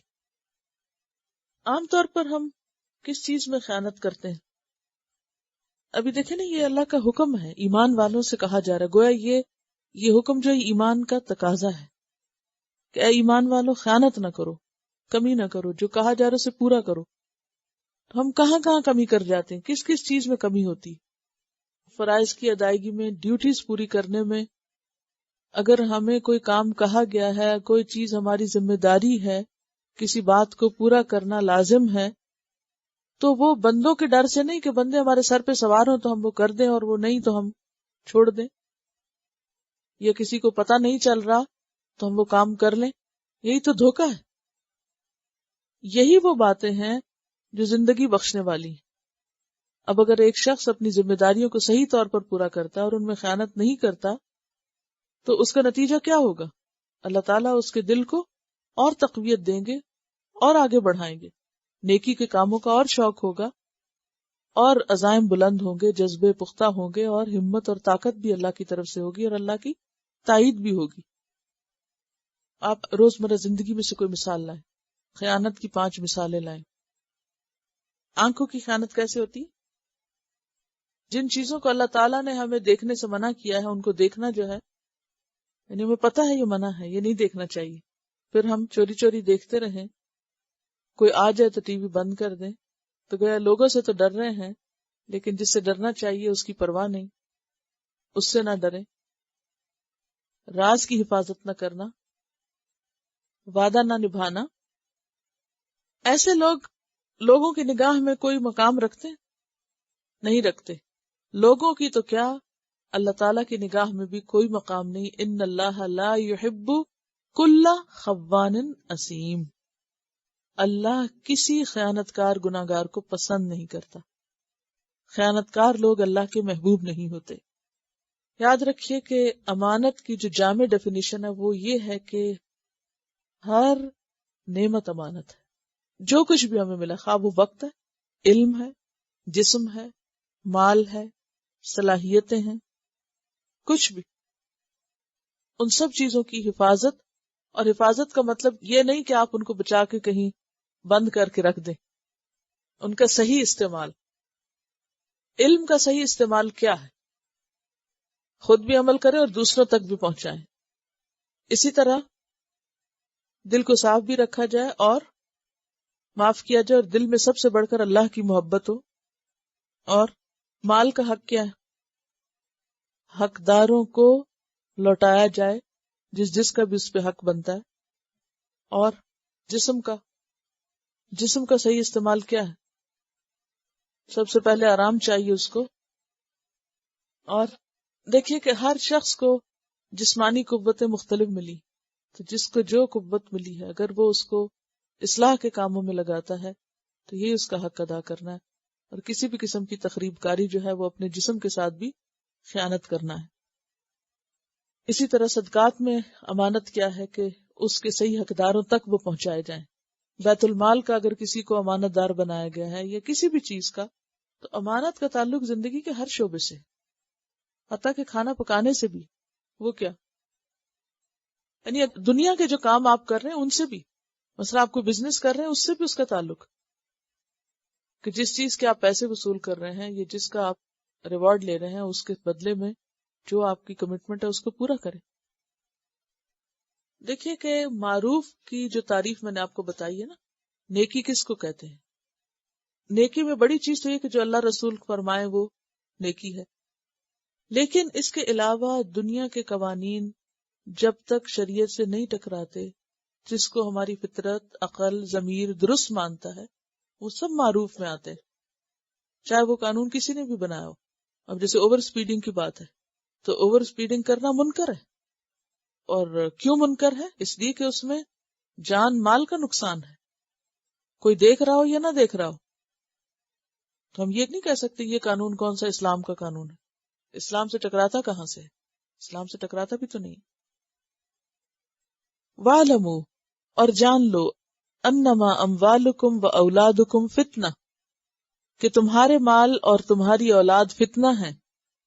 فتنہ کس کو کہتے ہیں؟ آزمائش کو. بیسیکلی سونے یا چاندی کو آگ پہ تپا کر کھرا کھوٹا الگ کرنا، اس کے لیے یہ لفظ استعمال ہوتا ہے فتنہ. فتنے کو پھر آزمائش کا نام دیا گیا. آزمائش کا امتحان، کیونکہ امتحان کیا کرتا ہے؟ کھرا کھوٹا الگ کر لیتا ہے، انسان کی قابلیت کی پہچان ہو جاتی ہے. اور امتحان نفس پہ بہت بھاری بھی ہوتا ہے. تو ہر آزمائش یا ہر چیز جو ہے وہ انسان کے لیے ایک بوجھ ہوتی. وَاعْلَمُوا أَنَّمَا أَمْوَالُكُمْ وَأَوْلَادُكُمْ فِتْنَةٌ، جان لو کہ بے شک تمہارے مال اور تمہاری اولاد آزمائش ہے. اس معنی میں بھی آزمائش ہے کہ عموماً انسان خیانت کن کی خاطر کرتا ہے؟ اولاد کی وجہ سے کرتا ہے یا مال کی محبت میں کرتا ہے. اللہ کے حقوق پورے نہیں کرتا بندہ، کس لیے؟ اولاد کی محبت آڑے آ جاتی ہے. مثلاً آپ کو صدقہ خیرات کرنا ہے تو جب یہ ہوتا ہے کہ ہائے بچوں کی بھی ضرورت ہے تو پھر رک جاتے ہیں. نبی صلی اللہ علیہ وسلم کے پاس ایک بچہ لایا گیا، انہوں نے اس کو پیار کیا اور فرمایا اما انہم مبخلۃ مجبنۃ، کہ اولاد انسان کو بخیل بنا دیتی ہے اور بزدل بھی بنا دیتی ہے. یعنی اولاد جو ہے اس کی وجہ سے انسان دوسروں کے حقوق روک لیتا ہے کہ نہیں یہ میرے بچوں کا ہے، تو خیر دوسروں تک نہیں جاتی. اسی طرح بزدل کیسے بنا دیتی انسان؟ کہ انسان بعض اوقات کوئی اقدام کرنا چاہتا ہے، کوئی رسک لینا چاہتا ہے، تو اس کو کیا چیز روک دیتی ہے کہ نہیں میں اپنے بچوں کی خاطر جینا چاہتا ہوں یا بچوں کی خاطر یہ کرنا چاہتا ہوں. جیسے نبی صلی اللہ علیہ وسلم کے ساتھ صحابہ کرام کو جب جہاد کی دعوت دی جاتی تھی تو بعض اوقات لوگ جو پیچھے رہ جاتے تھے اس کے پیچھے ان کے مال اسباب اور یہی چیزیں ہوتی تھی. المال والبنون زینۃ الحیات الدنیا والباقیات الصالحات خیر عند ربک ثوابا وخیر عملا وان اللہ عندہ اجر عظیم، اور بے شک اللہ تعالیٰ اس کے پاس اجر عظیم ہے. کیونکہ مال اور اولاد کی محبت انسان کو بہت سے نیکی کے کاموں میں رکاوٹ بن جاتی ہے. اس رکاوٹ کو انسان صرف اس وقت دور کر سکتا ہے جب اس سے بڑی کوئی محبت سامنے آ جائے، اور وہ کیا ہے؟ اللہ کی محبت اور اللہ کی طرف سے ملنے والے اجر سے دلچسپی. فرمایا اس اجر عظیم کو یاد رکھو، اس اجر عظیم کو مال اور اولاد کی مصلحتوں کا خیال کرتے کرتے ضائع نہ کر دو. مال اور اولاد کے حقوق ادا کرتے کرتے اللہ کے حقوق کو بھول نہ جاؤ اور اجر عظیم کو بھول نہ جاؤ. سورۃ التغابن میں بھی آتا ہے انما اموالکم و اولادکم فتنہ، واللہ عندہ اجر عظیم، بے شک تمہارے مال اور اولاد فتنہ ہے اور اللہ کے پاس اجر عظیم ہے۔ مال اور اولاد اللہ کے راستے میں مددگار بھی ہو سکتے ہیں، لیکن اگر اللہ کو بھلا کے صرف مال اور اولاد کے پیچھے دوڑنے لگے انسان، تو اللہ کے راستے میں یا اللہ کی طرف جانے والے راستے کی دوڑ میں پیچھے بھی رہ جاتا ہے انسان۔ تو یہ فتنہ کب بنتے ہیں؟ جب انسان کو اللہ کی اطاعت سے روک دیتے ہیں۔ یہاں تک کہا گیا قرآن پاک میں کہ یا ایھا الذین آمنوا ان من ازواجکم و اولادکم عدوا لکم، اے لوگو جو ایمان لائے ہو، بے شک تمہاری بیویاں یا شوہر، ازواج دونوں کے لیے آتا ہے، اور اولاد تمہاری دشمن ہے۔ من ازواجکم، یہ سارے نہیں، بعض۔ فاحذروہم، ان سے محتاط رہو، جسے کہتے ہیں نا میٹھے دشمن۔ وَأَن تَعْفُوا وَتَصْفَحُوا وَتَغْفِرُوا، اور یہ کہ تم معاف کر دو، درگزر کرو، بخش دو۔ فَإِنَّ اللَّهَ غَفُورٌ رَحِيمٌ، تو بے شک اللہ بھی غفور الرحیم ہے۔ یعنی ایک جگہ ان کو فتنہ کہا گیا اور دوسری جگہ ان کو دشمن کہا گیا، کہ بعض اوقات ان کی محبت حقیقت میں اپنے ساتھ دشمنی ہوتی ہے جب انسان ان کی خاطر غلط کام کرتا ہے۔ اور بہت سے لوگ مال کی وجہ سے اپنی نماز، اپنی زکوٰۃ، اپنے فرائض کو بھولے ہوئے ہوتے ہیں۔ انہیں نہیں یاد ہوتا کہ ان پہ حج بھی فرض ہے، انہیں نہیں یاد کہ ان کے اوپر کوئی اور ذمہ داری بھی ہے جو دین کی طرف سے اللہ نے ان پہ عائد کی ہے۔ پھر اسی طرح اولاد کی محبت بھی، کہ ابھی بچے چھوٹے ہیں، ابھی بچوں کی یہ ضرورت ہے، ابھی ان کی ایجوکیشن ہے، ابھی فلاں کرنا ہے، فلاں کرنا ہے۔ اور اگر غور کیا جائے نا تو ہم سب کی زندگی میں جو سینٹرل پوائنٹ ہے وہ سب سے پہلے اولاد اور پھر مال، بچے اور جاب۔ یہ دو چیزیں ایسی ہیں کہ جن سے فراغت نہیں، ان سے فراغت ہو تو کچھ دین پڑھیں، پڑھائیں یا کچھ اور کریں، یہ رکاوٹیں بن جاتی ہیں نا۔ پھر یہ ہے کہ یہ تو ہیں ہی اپنی جگہ، لیکن اس کے ساتھ اللہ کے حقوق بھی ہیں، کچھ بندوں کے حقوق بھی ہیں، کچھ اور کام بھی ہیں جن کی پوچھ ہوگی۔ تو ان کاموں کی ادائیگی میں ہم کتنے سنجیدہ ہیں، یہ ہے دراصل امتحان۔ تو اسی لیے ان کو آزمائش کہا گیا، فتنہ کہا گیا۔ اب انسان جب ایک طرف بچوں کے حقوق کے بارے میں سوچتا ہے، ایک طرف مال کمانے کے بارے میں، پھر انسان کنفیوژن کا شکار ہو جاتا ہے۔ کبھی کسی سے فتویٰ لیتا ہے، کبھی کسی سے مسئلہ پوچھتا ہے، کبھی کسی کے ساتھ ڈسکس کرتا ہے کہ اچھا مجھے کیا کرنا چاہیے۔ اس کا یہاں حل بتایا گیا کہ یا ایھا الذین آمنوا۔ آج اس صورت میں کتنی دفعہ آپ یا ایھا الذین آمنوا دیکھ رہے ہیں؟ اے لوگو جو ایمان لائے ہو، ان تتقوا اللہ، اگر تم اللہ سے ڈرو گے، یجعل لکم فرقانا، وہ بنا دے گا تمہارے لیے فرقان۔ فرقان ہوتا ہے میزان، فرق کرنے کی چیز، وہ حق اور باطل، اچھے اور برے، کیا کریں کیا نہ کریں، اس کے لیے وہ تمہیں فرقان دے دے گا۔ بات یہ ہے کہ انسان جس چیز میں بھی دلچسپی رکھتا ہے، جیسے مال ہے یا اولاد ہے، ان کی ضروریات کیا ہیں، ان کے حقوق کیا ہیں، ان کے بارے میں ہماری ذمہ داریاں کیا ہیں، یہ اتنی گمبھیر چیزیں ہوتی ہیں کہ بعض اوقات کوئی باہر والا، کوئی دوسرا تو ہمیں صحیح فتویٰ نہیں دے سکتا، یہ صحیح بات نہیں بتا سکتا۔ ایسے میں ضروری ہے کہ انسان اپنے ضمیر سے پوچھے۔ کہتے ہیں نا کہ استفت قلبک ولو افتوکا، اپنے دل سے فتویٰ مانگو، خواہ لوگ تمہیں فتویٰ کیوں نہ دے دیں۔ یعنی بعض اوقات ہمیں کوئی کام نہیں کرنا ہوتا نا، مثلا ہم کہتے ہیں ہماری جاب ایسی ہے، اس میں ہم نماز نہیں پڑھ سکتے، ایک بہانہ، دوسرا، تیسرا، ایک حل بتائیں، نہیں یہ نہیں ہو سکتا، وہاں دوسرا بتائیں یہ نہیں ہو سکتا۔ اب ظاہر ہے کہ ایک بندہ جو آپ کی جاب پلیس پہ ہے نہیں، وہ آپ کو زیادہ سے زیادہ کیا بتا سکتا ہے؟ ایک دو مشوروں کے بعد وہ خاموش ہو جائے گا۔ لیکن آپ خود جانتے ہیں، آپ کو خود پتا ہے آپ کے لیے کون سا دروازہ کھلا ہے کہ آپ اپنے کام کے ساتھ اپنے فریضے کو بھی انجام دے سکیں۔ کسی بھی فرض کو جب انسان ٹالتا ہے تو دوسروں کے سامنے انسان بے شمار بہانے، عذر، مجبوریاں بتا سکتا ہے، لیکن انسان کو خود پتا ہوتا ہے کہ وہ ان مجبوریوں سے کیسے نپٹے۔ اپنے مسائل اور اپنی مجبوریوں کا حل جتنا آپ خود جانتے ہوتے، کوئی دوسرا نہیں جانتا ہوتا۔ اب بہت سی عورتیں کہتی کیا کریں، بچے چھوٹے، نماز نہیں پڑھی جا سکتی، کیا کریں، ہماری طبیعت ٹھیک نہیں ہوتی، ہم صبح نہیں اٹھ سکتے نماز کریں. کوئی آپ کو نہیں اٹھا سکتا جب تک کہ آپ کے اپنے اندر نہ ہو اٹھنے کی بات. جب کوئی انٹرسٹ ہوتا ہے نا زندگی میں انسان کے، تو وہ اس کو اٹھا دیتا ہے. جن لوگوں کو جاب پہ جانا ہوتا ہے، مجھے نہیں سمجھ آتی سویرے کیسے اٹھتے ہیں. میں اذان کے 2-4 منٹ کے بعد واک شروع کرتی ہوں صبح کی. اس وقت میں اکثر دیکھتی ہوں لوگوں کو کہ گاڑیاں نکال کے کام پہ جا رہے ہوتے ہیں، دائیں بائیں کئی لوگ جا رہے ہوتے ہیں، اور سامنے ہائی وے نظر آ رہی ہوتی ہے، اس پر بے شمار گاڑیاں ہوتی ہیں. ایسے لگتا ہے کہ جیسے شہر جاگ رہا ہے. میں سوچتی ہوں یہ کیسے اس وقت اٹھے ہیں، جبکہ بہت سے لوگ جن پہ نماز اس وقت فرض ہے وہ اللہ کی خاطر نہیں اٹھ سکے. یہ کام کے لیے سب اٹھے ہوئے ہیں، لیکن اللہ کے لیے کوئی نہیں اٹھ سکتا. کیسے نہیں؟ سب ہو سکتا ہے. کام کے لیے ہم اس لیے اٹھتے ہیں کہ ہمیں اس میں سے وقتی فائدہ ملنا ہے. نماز کا کیا فائدہ اور کتنے فائدے ہیں وہ ہمیں اس میں سے کچھ بھی نظر نہیں آتا. اور اس کے بعد کیا ہوتا ہے؟ ہم 100 بہانے کر دیتے ہیں. وہ اصل میں وہ بچے چھوٹے ہیں، وہ رات دیر ہو گئی تھی سونے میں، وہ کل بہت کام کیا تھا میں نے، معلوم نہیں کیا کیا. کیا ان لوگوں کی زندگی میں جو دنیا کی خاطر صبح سویرے اٹھتے ہیں کوئی کام نہیں ہے؟ کام. ان کو دنیا سے محبت ہے، وہ دنیا کے لیے کام کرتے ہیں. ہمیں آخرت سے ہرگز کوئی محبت نہیں، اس لیے ہم نہیں اٹھتے. ہم اپنے فریضے کو فریضہ سمجھتے نہیں، اور لوگ اپنی ڈیوٹی کو ڈیوٹی سمجھتے ہیں. وہ اس میں خیانت نہیں کر سکتے. انہیں پتا ہے کہ اگر خیانت کی تو پیسے کٹ جائیں گے، جاب چلی جائے گی، مشکل کا شکار ہوں گے، مصیبتوں میں پھنس جائیں گے. اس لیے دل چاہ رہا ہے یا نہیں چاہ رہا، اٹھنا ہے، کام کرنا ہے. ان کے الارم بھی بول اٹھتے ہیں، ان کے روٹین کے مطابق ہر کام ہو جاتا ہے.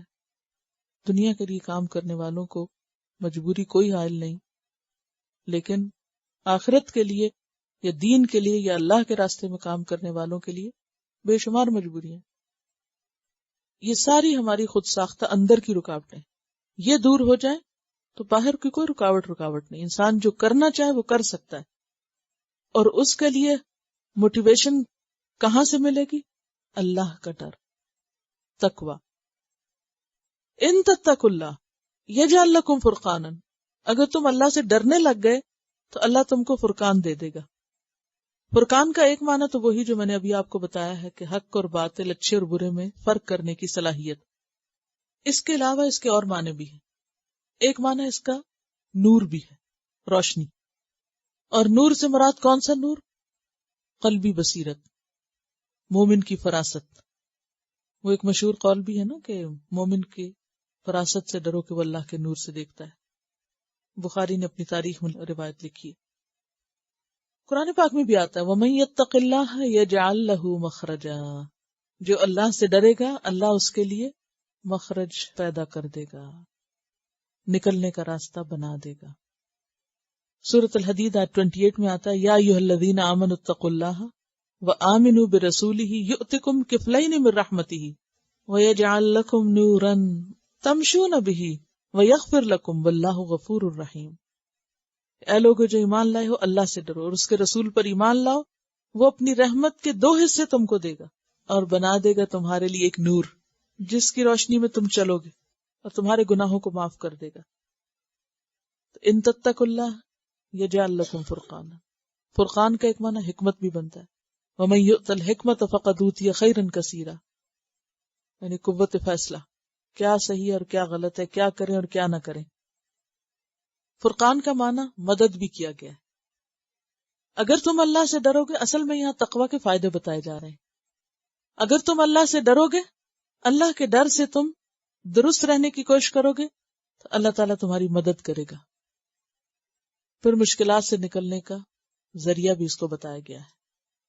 جیسے سورۃ الطلاق کی آیت 2 میں آتا ہے نا کہ جو اللہ سے ڈرے گا اللہ اس کے لیے ہر مشکل سے نکلنے کا راستہ بنا دیں گے، اسے راہ دکھا دیں گے.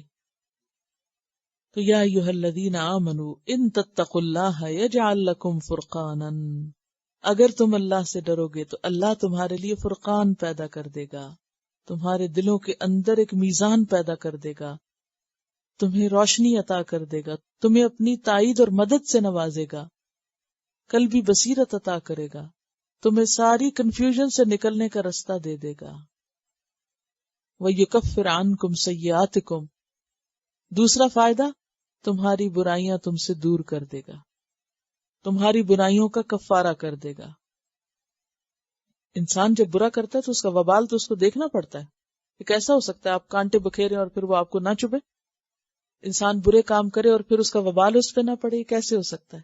لیکن انسان سے اگر گناہ ہو جائے اور انسان اللہ سے ڈر کے توبہ کرے تو اللہ تعالیٰ اس وبال کو، اس گناہوں کا جو برا نتیجہ سامنے آنے والا ہے اس کو اس سے دور کر دیتا ہے۔ وَيَغْفِرْ لَكُمْ، اور تمہیں معاف کر دے گا، بخش دے گا، تیسرا فائدہ۔ اور غفرہ کیا ہوتا ہے؟ ڈھانپنا، یعنی بندوں سے تمہارے عیب ڈھانپ دے گا، قیامت کے دن تمہیں رسوا نہیں کرے گا اور تمہیں معاف کر دے گا۔ وَاللَّهُ ذُو الْفَضْلِ الْعَظِيمِ، اور اللہ بہت بڑے فضل والا ہے، اللہ کا فضل بہت بڑا ہے، یعنی اللہ بہت بڑا اجر اور ثواب دینے والا ہے۔ تو بیسیکلی اس آیت میں یہ بتایا جا رہا ہے کہ کامیابی کا راز تقوی میں ہے، اور تقوی کیا ہے؟ اللہ کے ڈر سے اللہ کی بات مان لینا اور گناہوں کو چھوڑ دینا۔ اور سورۃ البقرہ میں آپ پڑھ چکے ہیں وَتَزَوَّدُوا فَإِنَّ خَيْرَ الزَّادِ التَّقْوَىٰ، دنیا کے سفر میں، زندگی کے سفر میں بہترین چیز جو انسان کو فائدہ دے سکتی ہے وہ اللہ کا ڈر ہے۔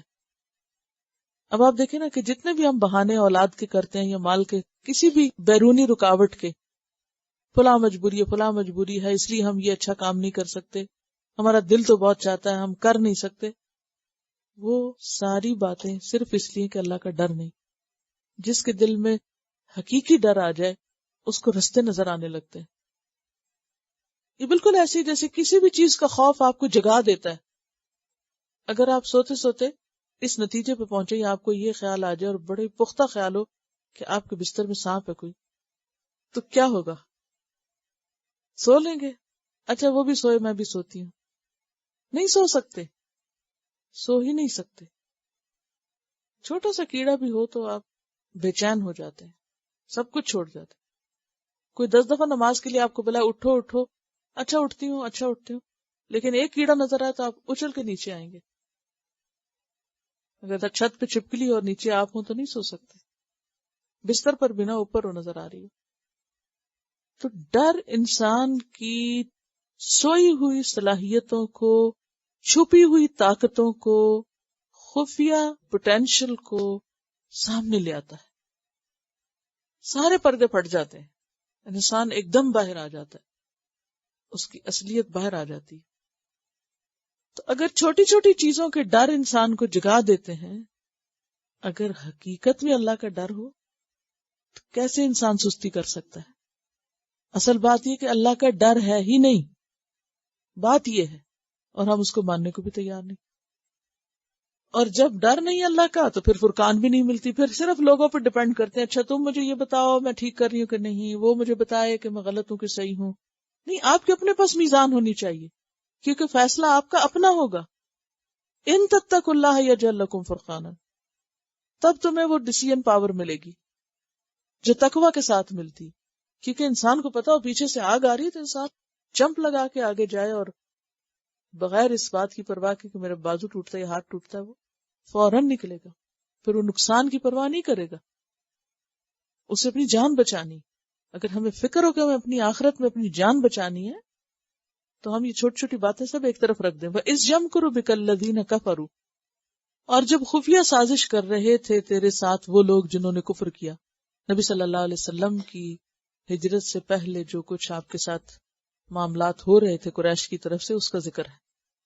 کیا سازش کر رہے تھے؟ لِيُثْبِتُوكَ، تاکہ تمہیں قید کر لیں، او يَقْتُلُوكَ، یا تم کو قتل کر دیں، او يُخْرِجُوكَ، یا تم کو نکال دیں۔ کہاں سے؟ مکہ سے۔ وَيَمْكُرُونَ، اور وہ سب چالیں چل رہے تھے، خفیہ تدبیریں کر رہے تھے۔ وَيَمْكُرُ اللَّهُ، اور اللہ بھی خفیہ تدبیر کر رہا تھا۔ وَاللَّهُ خَيْرُ الْمَاكِرِينَ، اور اللہ بہترین تدبیر کرنے والوں میں سے۔ یہاں اس سازش کا تذکرہ کیا جا رہا ہے جو قریش کے سرداروں نے دار الندوہ میں مل کے کی تھی۔ دار الندوہ کیا تھا؟ ان کا کلب تھا جہاں وہ مل جل کے بیٹھتے تھے اور مختلف اپنے مشوروں کے ساتھ اپنے ڈیسیژن لیتے تھے، باہم مشورے کے ساتھ پھر وہ جو بھی انہیں آئندہ کرنا ہوتا تھا وہ کرتے۔ تو انہوں نے یہ مشورہ کیا تھا کہ مختلف قبیلے کے نوجوانوں کو آپ صلی اللہ علیہ وسلم کے قتل پہ مامور کیا جائے.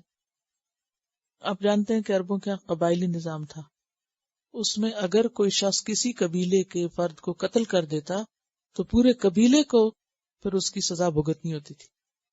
بعض اوقات ایک کے بدلے میں اس قبیلے کے کئی قتل کر دیے جاتے تھے جن کا کوئی قصور بھی نہیں ہوتا تھا.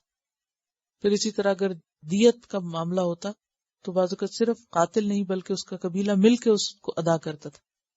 تو آپ صلی اللہ علیہ وسلم چونکہ قریش کے قبیلے سے تھے تو یہ لوگ اس بات سے ڈرتے تھے کہ اگر ہم نے آپ کو قتل کر دیا تو قریش ہمیں چھوڑیں گے نہیں، وہ بدلہ لیں گے. تو اس کا حل یہ نکالا گیا کہ مختلف قبائل کے لوگ مل کے ایک جتھا بنائیں اور وہ سارے کے سارے اکٹھے ہو کر ایک ہی بار میں آپ صلی اللہ علیہ وسلم کا خاتمہ کر دیں، اور پھر قریش کس کس سے بدلہ لیں گے، اور جواب میں سارے اکٹھے ہو جائیں گے تو قریش کو ہار ماننی پڑے گی. تو یہاں پر یہ جو اس بات ہے، اس بات کا لفظی معنی جمانا ہے، یعنی قید کرنا مراد ہے. یعنی آپ کے قید، قتل اور جلاوطنی کے مشورے ہو رہے تھے اور اللہ تعالیٰ نے آپ کو اس میں محفوظ رکھا. کیسے محفوظ رکھا تھا؟ کیا ہوا تھا؟ کچھ پتا ہے؟ یہ میں نے آپ کو پیچھے واقعہ سنایا تھا جو ہجرت کا واقعہ تھا کہ نبی صلی اللہ علیہ وسلم نے حضرت علی کو اپنے بستر پر لٹایا اور گھر سے باہر نکلے اور ایک مٹھی ریت تھی وہ پھینکتے ہوئے کہ شاہت الوجوہ کہہ کے باہر نکل گئے اور ان کو کچھ بھی نظر نہیں آیا. اور وہ دعا بھی یاد ہے آپ کو؟ کون سی آیت پڑھی تھی آپ نے؟ وَجَعَلْنَا مِن بَيْنِ أَيْدِيهِمْ سَدًّا وَمِن خَلْفِهِمْ سَدًّا فَأَغْشَيْنَاهُمْ فَهُمْ لَا يُبْصِرُونَ. یہ پڑھ کے آپ باہر نکلے اور کوئی بھی آپ کا کچھ نہ بگاڑ سکا اور آپ مکہ سے مدینہ پہنچ گئے.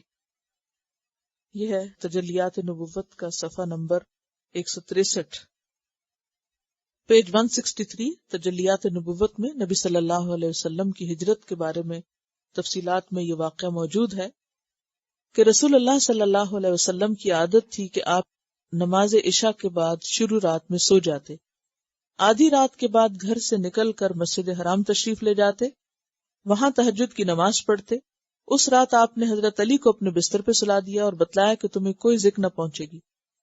چنانچہ جب عام لوگ سو گئے اور رات پرسکون ہو گئی تو سازشی حضرات نے چپکے سے آ کر آپ صلی اللہ علیہ وسلم کے گھر کا گھیرا کر لیا.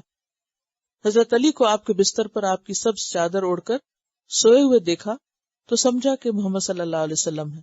چنانچہ وہ غرور اور تکبر سے باہر نکل گئے اور آپ کی گھات میں بیٹھ گئے کہ جب آپ اٹھیں گے اور باہر نکلیں گے تو آپ پہ ٹوٹ پڑیں گے. اور یہ اللہ سبحانہ وتعالیٰ کی طرف سے قریش کے مکر کا جواب تھا اور فرمایا وَإِذْ يَمْكُرُ بِكَ الَّذِينَ كَفَرُوا لِيُثْبِتُوكَ وَيَقْتُلُوكَ وَيُخْرِجُوكَ وَيَمْكُرُونَ وَيَمْكُرُ اللَّهُ وَاللَّهُ خَيْرُ الْمَاكِرِينَ. ادھر رسول اللہ صلی اللہ علیہ وسلم عین اس حالت میں جبکہ یہ لوگ آپ کے گھر گھیرے ہوئے تھے باہر تشریف لائے اور یہ آیت تلاوت فرماتے ہوئے ان کے سروں پہ مٹی ڈالی. وَجَعَلْنَا مِن بَيْنِ أَيْدِيهِمْ سَدًّا وَمِن خَلْفِهِمْ سَدًّا فَأَغْشَيْنَاهُمْ فَهُمْ لَا يُبْصِرُونَ. تو اللہ نے ان کی نگاہیں چھین لی اور آپ صلی اللہ علیہ وسلم گھر سے باہر تشریف لے گئے اور کوئی بھی آپ کا کچھ نہ بگاڑ سکا. تو اس واقعے کی طرف یہاں پر اشارہ ہے. اس سے کیا بات پتہ چلتی؟ اس میں سیکھنے کا سبق کیا ہے؟ پچھلی آیت میں یہ فرمایا گیا کہ اگر تم اللہ سے ڈرو گے تو اللہ تمہارے لیے فرقان یعنی مدد کا سبب پیدا کر دے گا، اور وہ مدد ہم اس مثال میں دیکھتے ہیں. یہ لنک ہے پچھلی آیت کے ساتھ. وَإِذَا تُتْلَى عَلَيْهِمْ آيَاتُنَا، اور جب ان پر ہماری آیات پڑھی جاتی ہیں. کن پر؟ اہل مکہ پر. قالو کہتے ہیں قد سمعنا، ہم نے سن لیا. لو نشاء، اگر ہم چاہیں لقلنا مثل ھذا، ایسی باتیں ہم بھی کہہ لیں، ایسی آیات ہم بھی بتا دیں، ہم بھی سنا سکتے ہیں. ان ھذا الا اساطیر الاولین، نہیں یہ یعنی قرآن، الا مگر، اساطیر من گھڑت قصے ہیں، الاولین پہلوں کے، پچھلے لوگوں کے. اساطیر اسطورہ کی جمع ہے اور اسطورہ کا معنی ہوتا ہے من گھڑت جھوٹے قصے، اور اولین اول کی جمع، اور اول کس کو کہتے ہیں؟ پہلا، یعنی پہلے لوگوں کی کہانی ہے. جیسے سورۃ الفرقان کی آیت 5 میں آتا ہے وقالوا اساطیر الاولین اکتتبہا فہی تملی علیہ بکرۃ واصیلا، اور وہ کہتے ہیں کہ یہ پچھلوں کی کہانیاں ہیں جو آپ پر املا کی جاتی ہیں اور صبح و شام آپ ان کو لکھ رہے ہیں۔ اللہ تعالیٰ نے اس کے جواب میں کیا فرمایا؟ سورۃ الفرقان ہی کی آیت 6 میں جواب دیا، قل انزلہ الذی یعلم السر فی السماوات والارض، کہہ دیجئے کہ اس کو تو اس رب نے نازل کیا ہے جو آسمان و زمین کے بھید جانتا ہے، انہ کان غفور الرحیم، بے شک وہ غفور الرحیم ہے۔ وَإِذْ قَالُوا، اور جب انہوں نے کہا، کنہوں نے؟ اہل مکہ نے، اللہم، اے اللہ، ان کان ھذا، اگر ہے یہ، کیا یہ قرآن یا وہ چیزیں جو نبی صلی اللہ علیہ وسلم پڑھ رہے ہیں، ھو الحق، وہ حق، بالکل سچ، من عندک، تیرے طرف سے آیا ہے، یعنی المنزل من عندک، اور ہم نہیں مان رہے تو پھر ہمیں کوئی سزا ملنی چاہیے، فَأَمْطِرْ عَلَيْنَا حِجَارَةً مِّنَ السَّمَاءِ، برسا ہم پر آسمان سے پتھر، او ائتنا بعذاب علیم، یا لے آ ہم پر عذاب علیم۔ سورۃ الحج میں بتا ہے وَيَسْتَعْجِلُونَكَ بِالْعَذَابِ، اور وہ جلدی مانگ رہے ہیں آپ سے عذاب، کہ ہم نہیں مانتے تو آپ فوراً ہمارا قصہ پاک کریں۔ ایک اور جگہ پر بھی آتا نا سأل سائل بعذاب واقع، مانگنے والے نے مانگا، اور مانگا بھی کیا؟ عذاب جو واقع ہونے والا ہے۔ سورۃ العنکبوت میں بھی آتا ہے وَيَسْتَعْجِلُونَكَ بِالْعَذَابِ وَلَوْلَا أَجَلٌ مُّسَمًّى لَجَاءَهُمُ الْعَذَابُ، یہ عذاب جلدی مانگ رہے ہیں، یہ جلدی کا عذاب مانگ رہے ہیں، اگر ایک وقت مقرر نہ ہوتا تو عذاب آ چکا ہوتا، کیونکہ تمہیں جینے کا ایک وقت دیا گیا ہے، ایک تمہاری مدت ہے، تو اس مدت تک تمہیں مہلت دی جا رہی ہے، اس لیے تم انتظار کرو۔ اور پھر آگے فرمایا کہ وَلَيَأْتِيَنَّهُمْ بَغْتَةً، وہ آئے گا اور اچانک آئے گا، وَهُمْ لَا يَشْعُرُونَ، اور ان کو پتہ بھی نہ چلے گا۔ اور یہ مطالبے ہم دیکھتے ہیں قرآن پاک میں کئی جگہ ان کے سامنے آتے ہیں۔ ایک جگہ پر آتا ہے وَقَالُوا رَبَّنَا عَجِّل لَّنَا قِطَّنَا قَبْلَ يَوْمِ الْحِسَابِ، کہ یا رب یوم الحساب سے پہلے پہلے جلدی ہمیں ہمارا حصہ دے دے۔ کس چیز کا؟ عذاب کا۔ سورۃ الشعراء میں آتا ہے فَأَسْقِطْ عَلَيْنَا كِسَفًا مِّنَ السَّمَاءِ، یا اللہ تو ہم پر آسمان سے کوئی ٹکڑا گرا، آسمان کا ٹکڑا ہمارے سر پہ گرا، ان كنت من الصادقین، اگر تو سچوں میں سے۔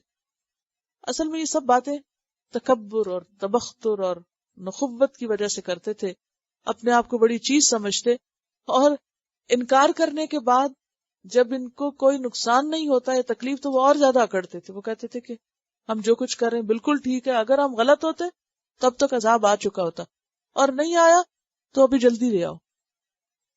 یہ سب ان کی سرکشی کی باتیں تھی۔ فرمایا وما کان اللہ لیعذبہم وانت فیہم، اور نہیں ہے اللہ کہ ان کو عذاب دے، یعنی جو عذاب وہ مانگ رہے ہیں اللہ تعالیٰ فوراً نہیں دے گا، وانت فیہم، اور تو ان میں موجود ہے، یعنی پیغمبر کے ہوتے ہوئے عذاب نہیں آتا۔ عذاب کب آتا ہے؟ جب پیغمبر اور اہل ایمان اس بستی سے نکل جاتے ہیں۔ وما کان اللہ معذبہم، اور نہیں ہے اللہ ان کو عذاب دینے والا، وہم یستغفرون، حالانکہ وہ استغفار کر رہے ہوتے ہیں۔ یعنی جب تک کوئی قوم استغفار کرتی ہے، اللہ سے گناہوں کی معافی مانگتی ہے، تو اللہ کی طرف سے اس پر عذاب نہیں آتا۔ تو یہ جواب دیا گیا ان کے مطالبے کا جو وہ عذاب کا کیا کرتے تھے۔ کیا جواب ہے؟ ابھی عذاب نہیں آئے گا، کیونکہ دو چیزیں موجود ہیں، ایک استغفار اور دوسرے پیغمبر۔ اب آپ دیکھیے کہ پیغمبر کے ہوتے ہوئے کسی بستی میں بھی عذاب نہیں آیا، اور دوسری چیز استغفار۔ اور سوال یہ پیدا ہوتا ہے کہ کیا اہل مکہ استغفار کیا کرتے تھے؟ اس کے بارے میں بعض روایات میں آتا ہے کہ جب وہ طواف کرتے تھے تو اس وقت غفرانہ کا لفظ بولتے تھے۔ اور دوسرا معنی یہ ہے کہ بستی میں جو اہل ایمان موجود ہیں وہ استغفار کر رہے ہیں، تو ان کے استغفار کی وجہ سے تم پر سے بھی عذاب ہٹا ہوا ہے، یہ مراد ہے۔ وما لہم، اور کیا ہے ان کو، اللہ یعذبہم اللہ، کہ نہ عذاب دے ان کو اللہ، یعنی کیا عذر ہے، یہ کیا بات ہے کہ ان کو عذاب نہیں دے رہا اللہ۔ وہم یصدون عن المسجد الحرام، حالانکہ وہ روکتے ہیں مسجد حرام سے، وما کانوا اولیاءہ، اور نہیں ہے وہ اس کے ولی۔ اس کے اولیاء سرپرست، ان اولیاؤہ الا المتقون، نہیں ہے اس کے سرپرست مگر متقی لوگ، ولکن اکثرہم لا یعلمون، لیکن اکثر ان میں سے علم نہیں رکھتے۔ کیا علم نہیں رکھتے؟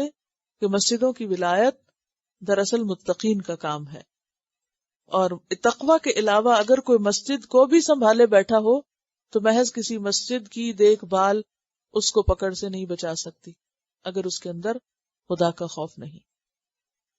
اور قرآن پاک میں سورۃ التوبہ میں یہ بات مزید واضح کر دی گئی، آیت 17 اور 18 میں، ما کان للمشرکین ان یعمروا مساجد اللہ شاہدین علی انفسہم بالکفر، کسی مشرک کے لیے جائز نہیں کہ وہ اللہ کی مسجدوں کو آباد کرے اس حال میں کہ وہ اپنے خلاف کفر کی گواہی دے رہے ہیں، یعنی کفر کی حالت میں۔ اولئک حبطت اعمالہم، ان لوگوں کے اعمال ضائع ہو گئے۔ گویا اگر کوئی شخص شرک کر رہا ہے یا کفر کر رہا ہے اور اس کے ساتھ وہ مسجد کی خدمت پر مامور ہے تو محض مسجد کی خدمت اس کو سزا سے نہیں بچا سکتی۔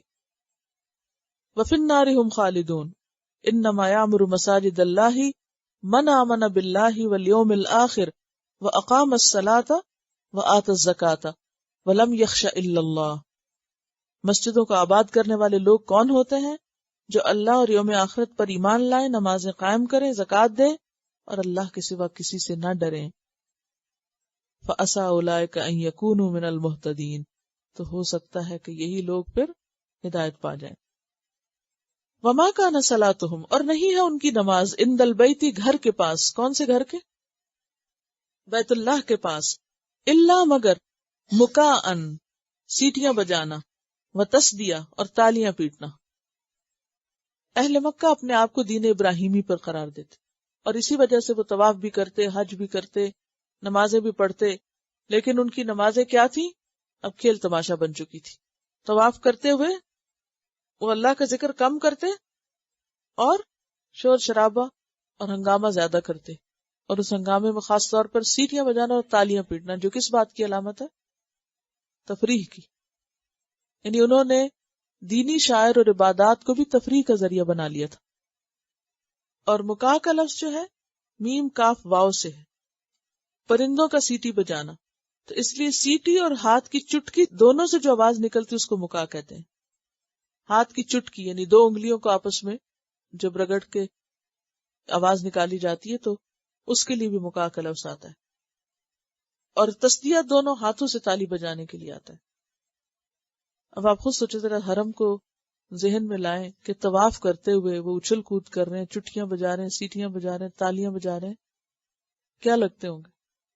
آج آپ دیکھیں بہت سے لوگوں نے دین کے نام پر یہی سب کچھ شروع کر رکھا ہے، مزاروں پہ دھمالے ڈالنا اور ایسے ایسے کام کرنا کہ جس میں ان سارے امور کا اہتمام ہو، تالیاں بھی اور سیٹیاں بھی اور میوزک کی ساری قسمیں، اور یہ سب کچھ دین کے نام پہ ہو رہا ہے۔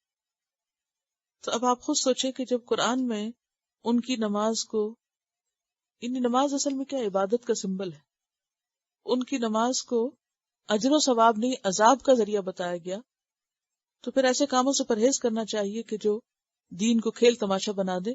کیا کہا کہ فذوقوا العذاب، بس چکھو عذاب، بما کنتم تکفرون، بوجہ اس کے جو تم کفر کرتے تھے۔ یہاں کفر کس کو قرار دیا گیا؟ دین کے اصل شعائر کو اگنور کر کے منمانے طریقے اور ایسے طریقے اختیار کرنے کی بات کہی جا رہی ہے جس کا اللہ نے حکم نہیں دیا۔ ایک اور وجہ یہ بھی بتائی جا رہی ہے کہ جب نبی صلی اللہ علیہ وسلم لوگوں کو قرآن سناتے تھے تو اس وقت بھی ان کا طریقہ یہی ہوتا تھا۔ وقال الذین کفروا لا تسمعوا لهذا القرآن والغوا فیہ، اور کافر کہتے کہ یہ قرآن مت سنو اور اس میں شور مچا دو۔ اور یہ شور کیسے مچاتے تھے؟ ادھر آپ قرآن سنا رہے ہوتے تھے اور ادھر دوسری طرف ایک ہنگامہ ہو رہا ہوتا تھا، آوازیں کس رہے ہوتے تھے، ہنس رہے ہوتے تھے، ٹھٹھے مار رہے ہوتے تھے، تالیاں بجا رہے ہوتے تھے۔ تو آپ خود سوچیں کہ ایسے ماحول میں بھی نبی صلی اللہ علیہ وسلم نے اپنا کام نہیں چھوڑا اور پیغام پہنچایا، ورنہ ہم تک کیسے پہنچتا؟ اور آج ہمیں کوئی مشکل بھی نہیں، کوئی مخالفت نہیں، اس کے باوجود ہم کچھ کرنے کو تیار بھی نہیں۔ تو وما کان صلاتہم عند البیت الا مکاء وتصدیہ، فذوقوا العذاب بما کنتم تکفرون. اصل میں عبادت نام ہے تقوی کا، اللہ کے خوف کا، اور اللہ کے خوف سے جھکنے کا. ان الذین کفروا، بے شک وہ لوگ جنہوں نے کفر کیا، ينفقون اموالہم، وہ اپنے مال خرچ کرتے ہیں، لیصدوا عن سبیل اللہ، تاکہ وہ اللہ کے راستے سے روکے. اللہ کا راستہ کون سا ہے؟ یعنی اللہ کا دین. اہل مکہ کیا کر رہے تھے؟ لوگوں کو اللہ کے دین سے روکنے کے لیے اپنے مال خرچ کر رہے تھے.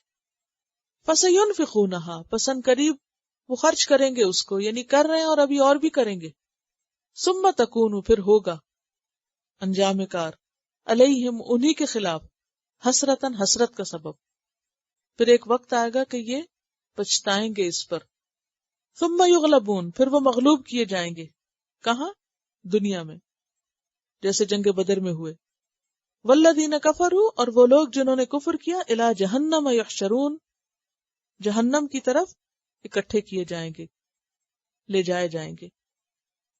آپ کو معلوم ہے کہ غزوہ بدر کے دوران جو سارا لشکر تھا اس پر کتنا مال خرچ ہوا. پھر جنگ احد میں کہتے ہیں کہ ابو سفیان نے 2000 حبشی ہائر کیے تھے لڑنے کے لیے، یعنی ایک طرح سے تنخواہ دار آرمی تھی. اور ظاہر ہے کہ وہاں پر سارے ایسے انتظام کرنے والے چند سردار ہی ہوتے تھے جن کو اپنی جیب سے پیسہ لگانا پڑتا، کوئی ٹیکس وغیرہ تو نہیں تھے وہاں، یا کوئی قومی سرکاری آمدنی تو نہیں تھی. تو افراد ہوتے تھے جو اچھے یا برے کام کے لیے مال لگایا کرتے تھے. تو انہی کی طرف اشارہ ہے. بعض روایات میں بھی آتا ہے کہ غزوہ بدر کے دوران کافروں کے 1000 لشکر کی خوراک کا خرچہ روزانہ 10 اونٹ تھا، اور یہ صرف گوشت کا خرچہ تھا، دیگر سب اخراجات اس کے علاوہ تھے. ابو سفیان کے تجارتی قافلے کا سارا منافع مسلمانوں کے خلاف استعمال کیا گیا تھا. کتنا منافع تھا؟ 50,000 اشرفی.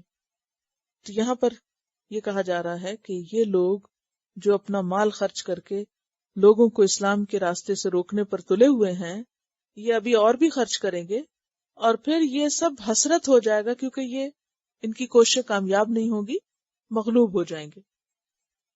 سورۃ الکہف میں آتا ہے فَأَصْبَحَ يُكَلِّبُ كَفَّيْهِ عَلَى مَا أَنفَقَ فِيهَا، وہی کیفیت یہاں. اور ہم دیکھتے ہیں کہ بدر کے بعد احد اور دیگر جنگوں میں انہوں نے بے پناہ خرچ کیا، لیکن اس کے باوجود مکہ فتح ہو گیا اور یہ پوری طرح مغلوب ہو گئے، اور ان کی ساری کوششیں اور ساری انویسٹمنٹ ضائع ہو گئی. ایسا کیوں کرے گا اللہ؟ لیمیز اللہ الخبیث من الطیب، تاکہ اللہ چھانٹ دے خبیث کو طیب سے. خبیث طیب سے الگ ہو جائے. خبیث کیا ہے؟ ناپاک، اور مراد ہے کافر. من الطیب، طیب ہے پاک، پاک ہے مومن. وَيَجْعَلَ الْخَبِيثَ بَعْضَهُ عَلَى بَعْضٍ، اور ڈال دے خبیث کے بعض کو اوپر بعض کے، یعنی سب خبیث کو اکٹھا کر دے. فَيَرْكُمَهُ جَمِيعًا، پھر تہ بتہ ڈال دے ان کو اکٹھا. یرکمہ کا لفظ جو ہے رے کاف میم سے ہے، رکوم کہتے ہیں تہ بتہ کر کے ڈھیر لگانا. فیجعلہ فی جہنم، پھر ڈال دے اس کو جہنم میں. اولئک ھم الخاسرون، یہی لوگ خسارہ پانے والے ہیں، نقصان اٹھانے والے ہیں. تو اس آیت میں وجہ بتائی جا رہی ہے، سبب بتایا جا رہا ہے دنیا کے امتحان کا، کہ دنیا میں اللہ تعالی نے لوگوں کو مختلف طرح سے آزمایا ہے، مال کے ذریعے، عقل کے ذریعے. اب کچھ لوگ اس کو صحیح جگہ استعمال کر رہے ہیں اور کچھ لوگ اس کو غلط جگہ پر استعمال کر رہے ہیں. اور جو لوگ غلط جگہ استعمال کر رہے ہیں وہ دنیا میں جتنا بھی ان کو مہلت ملتا ہے ان کی ساری دوڑ چکے الٹے رستے پہ ہوتی ہے، اس لیے جو کچھ بھی اس رستے میں وہ خرچ کرتے ہیں وہ سارا ان کے خلاف جاتا ہے، اس کو فائدہ نہیں ہوتا. عموماً انسان دنیا میں مال کس لیے خرچ کرتا ہے؟ کچھ حاصل کرنے کے لیے. اور یہ لوگ بھی، اہل مکہ بھی، اپنا مال کس لیے خرچ کر رہے تھے؟ تاکہ مسلمانوں کو مغلوب کرے. لیکن نتیجہ کیا نکلا؟ فائدہ کچھ بھی نہ ہوا، اور بلکہ اس کے برعکس وہ ان کے خلاف حجت بن گئی چیز، کہ قیامت کے دن اسی بنا پر وہ پکڑے جائیں گے. اور اس طرح خبیث اور پاک الگ الگ ہو جائیں گے، اور خبیث سارے ایک جگہ اکٹھے کر دیے جائیں گے، اور ان کو جہنم میں تہ بتہ ڈال دیا جائے گا. اصل میں رقم کہتے ہیں جمع و بادل کو، اور رکام کہتے ہیں ریت کے ڈھیر کو، اور بہت سی چیزوں کا اکٹھے اوپر نیچے بس ڈال دینا، اکٹھا کر دینا. جیسے آگ جلانی ہے تو کیا کرتے ہیں، لکڑیوں کو جدھر جدھر جدھر موقع ملے ان کو جوڑ کے کچھ ادھر ادھر ڈال دیتے ہیں. تو بالکل اسی طرح لکڑیوں کی طرح یہ سب آپ صلی اللہ علیہ وسلم کے جو مخالف تھے ان کا انجام بتایا جا رہا ہے کہ ان کو وہاں اکٹھا کیا جائے گا اور وہاں وہ سخت نقصان اٹھائیں گے. قل للذین، کہہ دیجئے ان لوگوں سے، کفروا جنہوں نے کفر کیا، کیا کہہ دیجئے، ان ینتہوا اگر وہ رک جائیں، یغفر لہم تو ان کو بخش دیا جائے گا. کس بات سے رک جائیں؟ اپنی غلط حرکتوں سے، یعنی لوگوں کو اللہ کے راستے سے روکنے سے یا اس کام میں اپنا مال لگانے سے باز آ جائیں. یغفر لہم ما قد سلف، ان کے پچھلے سارے گناہ معاف کر دیے جائیں گے. کیوں؟ اس لیے کہ حدیث میں آتا ہے الاسلام یجب ما قبلہ، اسلام پچھلے سارے گناہوں کو ختم کر دیتا ہے. یاد ہے حضرت عمرو بن العاص کا واقعہ، جب وہ اسلام لائے تھے تو انہوں نے کیا آ کے شرط رکھی تھی؟ آپ نے ان سے کہا نا بیعت کرو، تو انہوں نے کہا کہ ایک شرط ہے میری. کہا کہ کیا؟ کہ میرے پچھلے گناہ معاف ہو جائیں، یعنی میں نے بہت غلطیاں کی ہیں، اگر میرے پچھلے معاف ہو جائیں تو میں اسلام لا سکتا ہوں. تو آپ نے فرمایا کہ الاسلام یجب ما قبلہ والتوبۃ تجب ما کان قبلہا. اگر کوئی شخص کفر کی حالت میں غلط کام کرتا ہے لیکن جب لا الہ الا اللہ کہتا ہے تو وہ اس طرح گناہوں سے صاف ہو جاتا ہے جیسے وہ آج پیدا ہوا، اس کے لیے ایک نئی زندگی ہوتی ہے. وَإِن يَعُودُوا، اور اگر وہ پلٹے یعنی پھر وہی کام کرے مسلمان ہونے کے بعد بھی، فقد مدد سنت الاولین، تو گزر چکی سنت پہلوں کی، طریقہ پہلوں کا. کیا؟ کہ ان کی پکڑ ہو گئی. اس میں خاص طور پر امرات لوط کی آپ بات یاد رکھیں. قرآن پاک میں آتا ہے نا انا لننصر رسلنا والذین آمنوا فی الحیات الدنیا ویوم یقوم الاشہاد. پچھلی قوموں کے واقعات جن کو یہ پرانے قصے کہانیاں اور من گھڑت باتیں کہتے تھے، ان واقعات میں بہت بڑا سبق ہے، اور وہ یہی ایک ہی چیز بتاتے ہیں کہ جو لوگ اللہ کے مقابل آئے وہ کبھی بھی کامیاب نہ ہو سکے. اس کے برعکس اللہ تعالی ایمان والوں کو ہی کامیاب کرتا رہا. وقاتلوہم، اور ان سے جنگ کرو، حتی لا تکون فتنۃ، یعنی نبی صلی اللہ علیہ وسلم سے کہا جا رہا ہے کہ ان اہل مکہ سے تم جنگ کر سکتے ہو. شروع میں ممانعت تھی نا، ہجرت سے پہلے جنگ سے روکا گیا تھا. جب ہجرت ہو گئی اور مسلمان مضبوط ہو گئے تو پھر انہیں اجازت دے دی گئی. اور مقصد کیا بتایا گیا جنگ کا؟ مال غنیمت اور دنیا کمانا نہیں بلکہ فتنے کا خاتمہ. اور فتنے سے مراد کیا ہے؟ بعض نے اس کو شرک کہا ہے، بعض نے لوگوں کو اسلام کی راہ سے روکنا کہا ہے. کیونکہ شرک کے جتنے بھی ائمہ تھے وہ لوگوں کے اسلام کے رستے میں رکاوٹ تھے، کیونکہ عوام اپنے سرداروں کے پیچھے تھی. تو ان سے جنگ کرو یہاں تک کہ فتنہ ختم ہو جائے. وَيَكُونَ الدِّينُ كُلُّهُ لِلَّهِ، اور ہو جائے دین سارے کا سارا اللہ کے لیے. فَإِنِ انْتَهَوْا، پھر اگر وہ باز آ جائیں کس سے؟ کفر سے، شرک سے، لوگوں کو اللہ کے راستے سے روکنے سے. فَإِنَّ اللَّهَ بِمَا يَعْمَلُونَ بَصِيرٌ، تو بے شک اللہ تعالیٰ ساتھ اس کے جو وہ عمل کر رہے ہیں دیکھ رہا ہے. یعنی اللہ ان کے سارے کاموں کو اچھی طرح جانتا ہے. اسلام سے پہلے دنیا میں شرک ایک مذہبی عقیدے کے طور پر حکومت کی بنیاد ہوتا تھا. یعنی گزشتہ حکومتیں جو تھیں وہ شرک کی بنیاد پر قائم ہوتی تھی. یعنی شرک ایک ریاستی عقیدہ بھی ہوتا تھا. یعنی سرداری اور حکومت کی بنیاد کس پر تھی؟ شرک پر. اب آپ دیکھیں کہ آج بھی شرک پایا جاتا ہے لیکن وہ ایک ریاستی عقیدے کے طور پہ نہیں.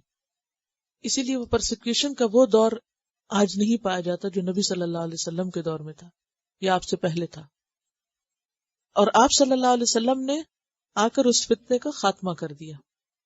حتی لا تکون فتنۃ، اور لوگوں کے اوپر سے جبر اور استبداد ختم ہو گئی. اب دیکھیں نا اس دور میں اگر بلال کہتے ہیں احد احد تو ان کے ساتھ کیا کیا جاتا ہے؟ حضرت سمیہ جب لا الہ الا اللہ کہتی تو ان کے ساتھ کیا کیا جاتا ہے؟ تو شرک کیا تھا؟ شرک صرف ایک مذہبی عقیدہ نہیں تھا، کیا تھا؟ ریاستی عقیدہ تھا، کہ کسی کو دم مارنے کی مجال نہ تھی۔ الناس علی دین ملوکہم، لوگ اپنے ملوک کے دین پر تھے، اگر ملوک مشرک ہے تو وہ بھی مشرک، اور عوام کو اجازت نہ تھی، یعنی کوئی جمہوریت تو نہیں تھی، کسی کو اجازت نہ تھی کہ اپنے سرداروں کے خلاف کوئی اور دین اختیار کرے۔ یہ چیز بہت بڑا فتنہ تھی، تو نبی صلی اللہ علیہ وسلم نے اس فتنے کو ختم کیا اور حرم کا علاقہ مرکز توحید بنا دیا۔ اور پھر حضرت ابوبکر اور حضرت عمر کے دور میں جب وہ لوگ باہر نکلے تو روم اور ایران جو کہ شرک کے گڑھ تھے، ان کو وہاں سے شرک کا خاتمہ کیا گیا۔ تو اسی کی طرف یہاں اشارہ ہے، وَقَاتِلُوهُمْ حَتَّى لَا تَكُونَ فِتْنَةٌ وَيَكُونَ الدِّينُ كُلُّهُ لِلَّهِ، اور ہو جائے دین اللہ کے لیے سارے کا سارا، یعنی سب لوگ توحید پر آ جائیں۔ فَإِنِ انْتَهُوا فَإِنَّ اللَّهَ بِمَا يَعْمَلُونَ بَصِيرٌ، پھر اگر وہ باز آ جائیں اس کفر اور شرک سے تو اللہ تعالیٰ سب دیکھ رہا ہے۔ وَإِن تَوَلَّوْا، اور اگر وہ منہ موڑ جائیں، کون؟ مشرک، فَاعْلَمُوا، تو جان لو، ان اللہ مولاکم، بے شک اللہ تمہارا مولا ہے، نعم المولا و نعم النصیر، کتنا اچھا مولا اور کتنا اچھا مددگار ہے۔ بس چلیے تلاوت سنتے ہیں۔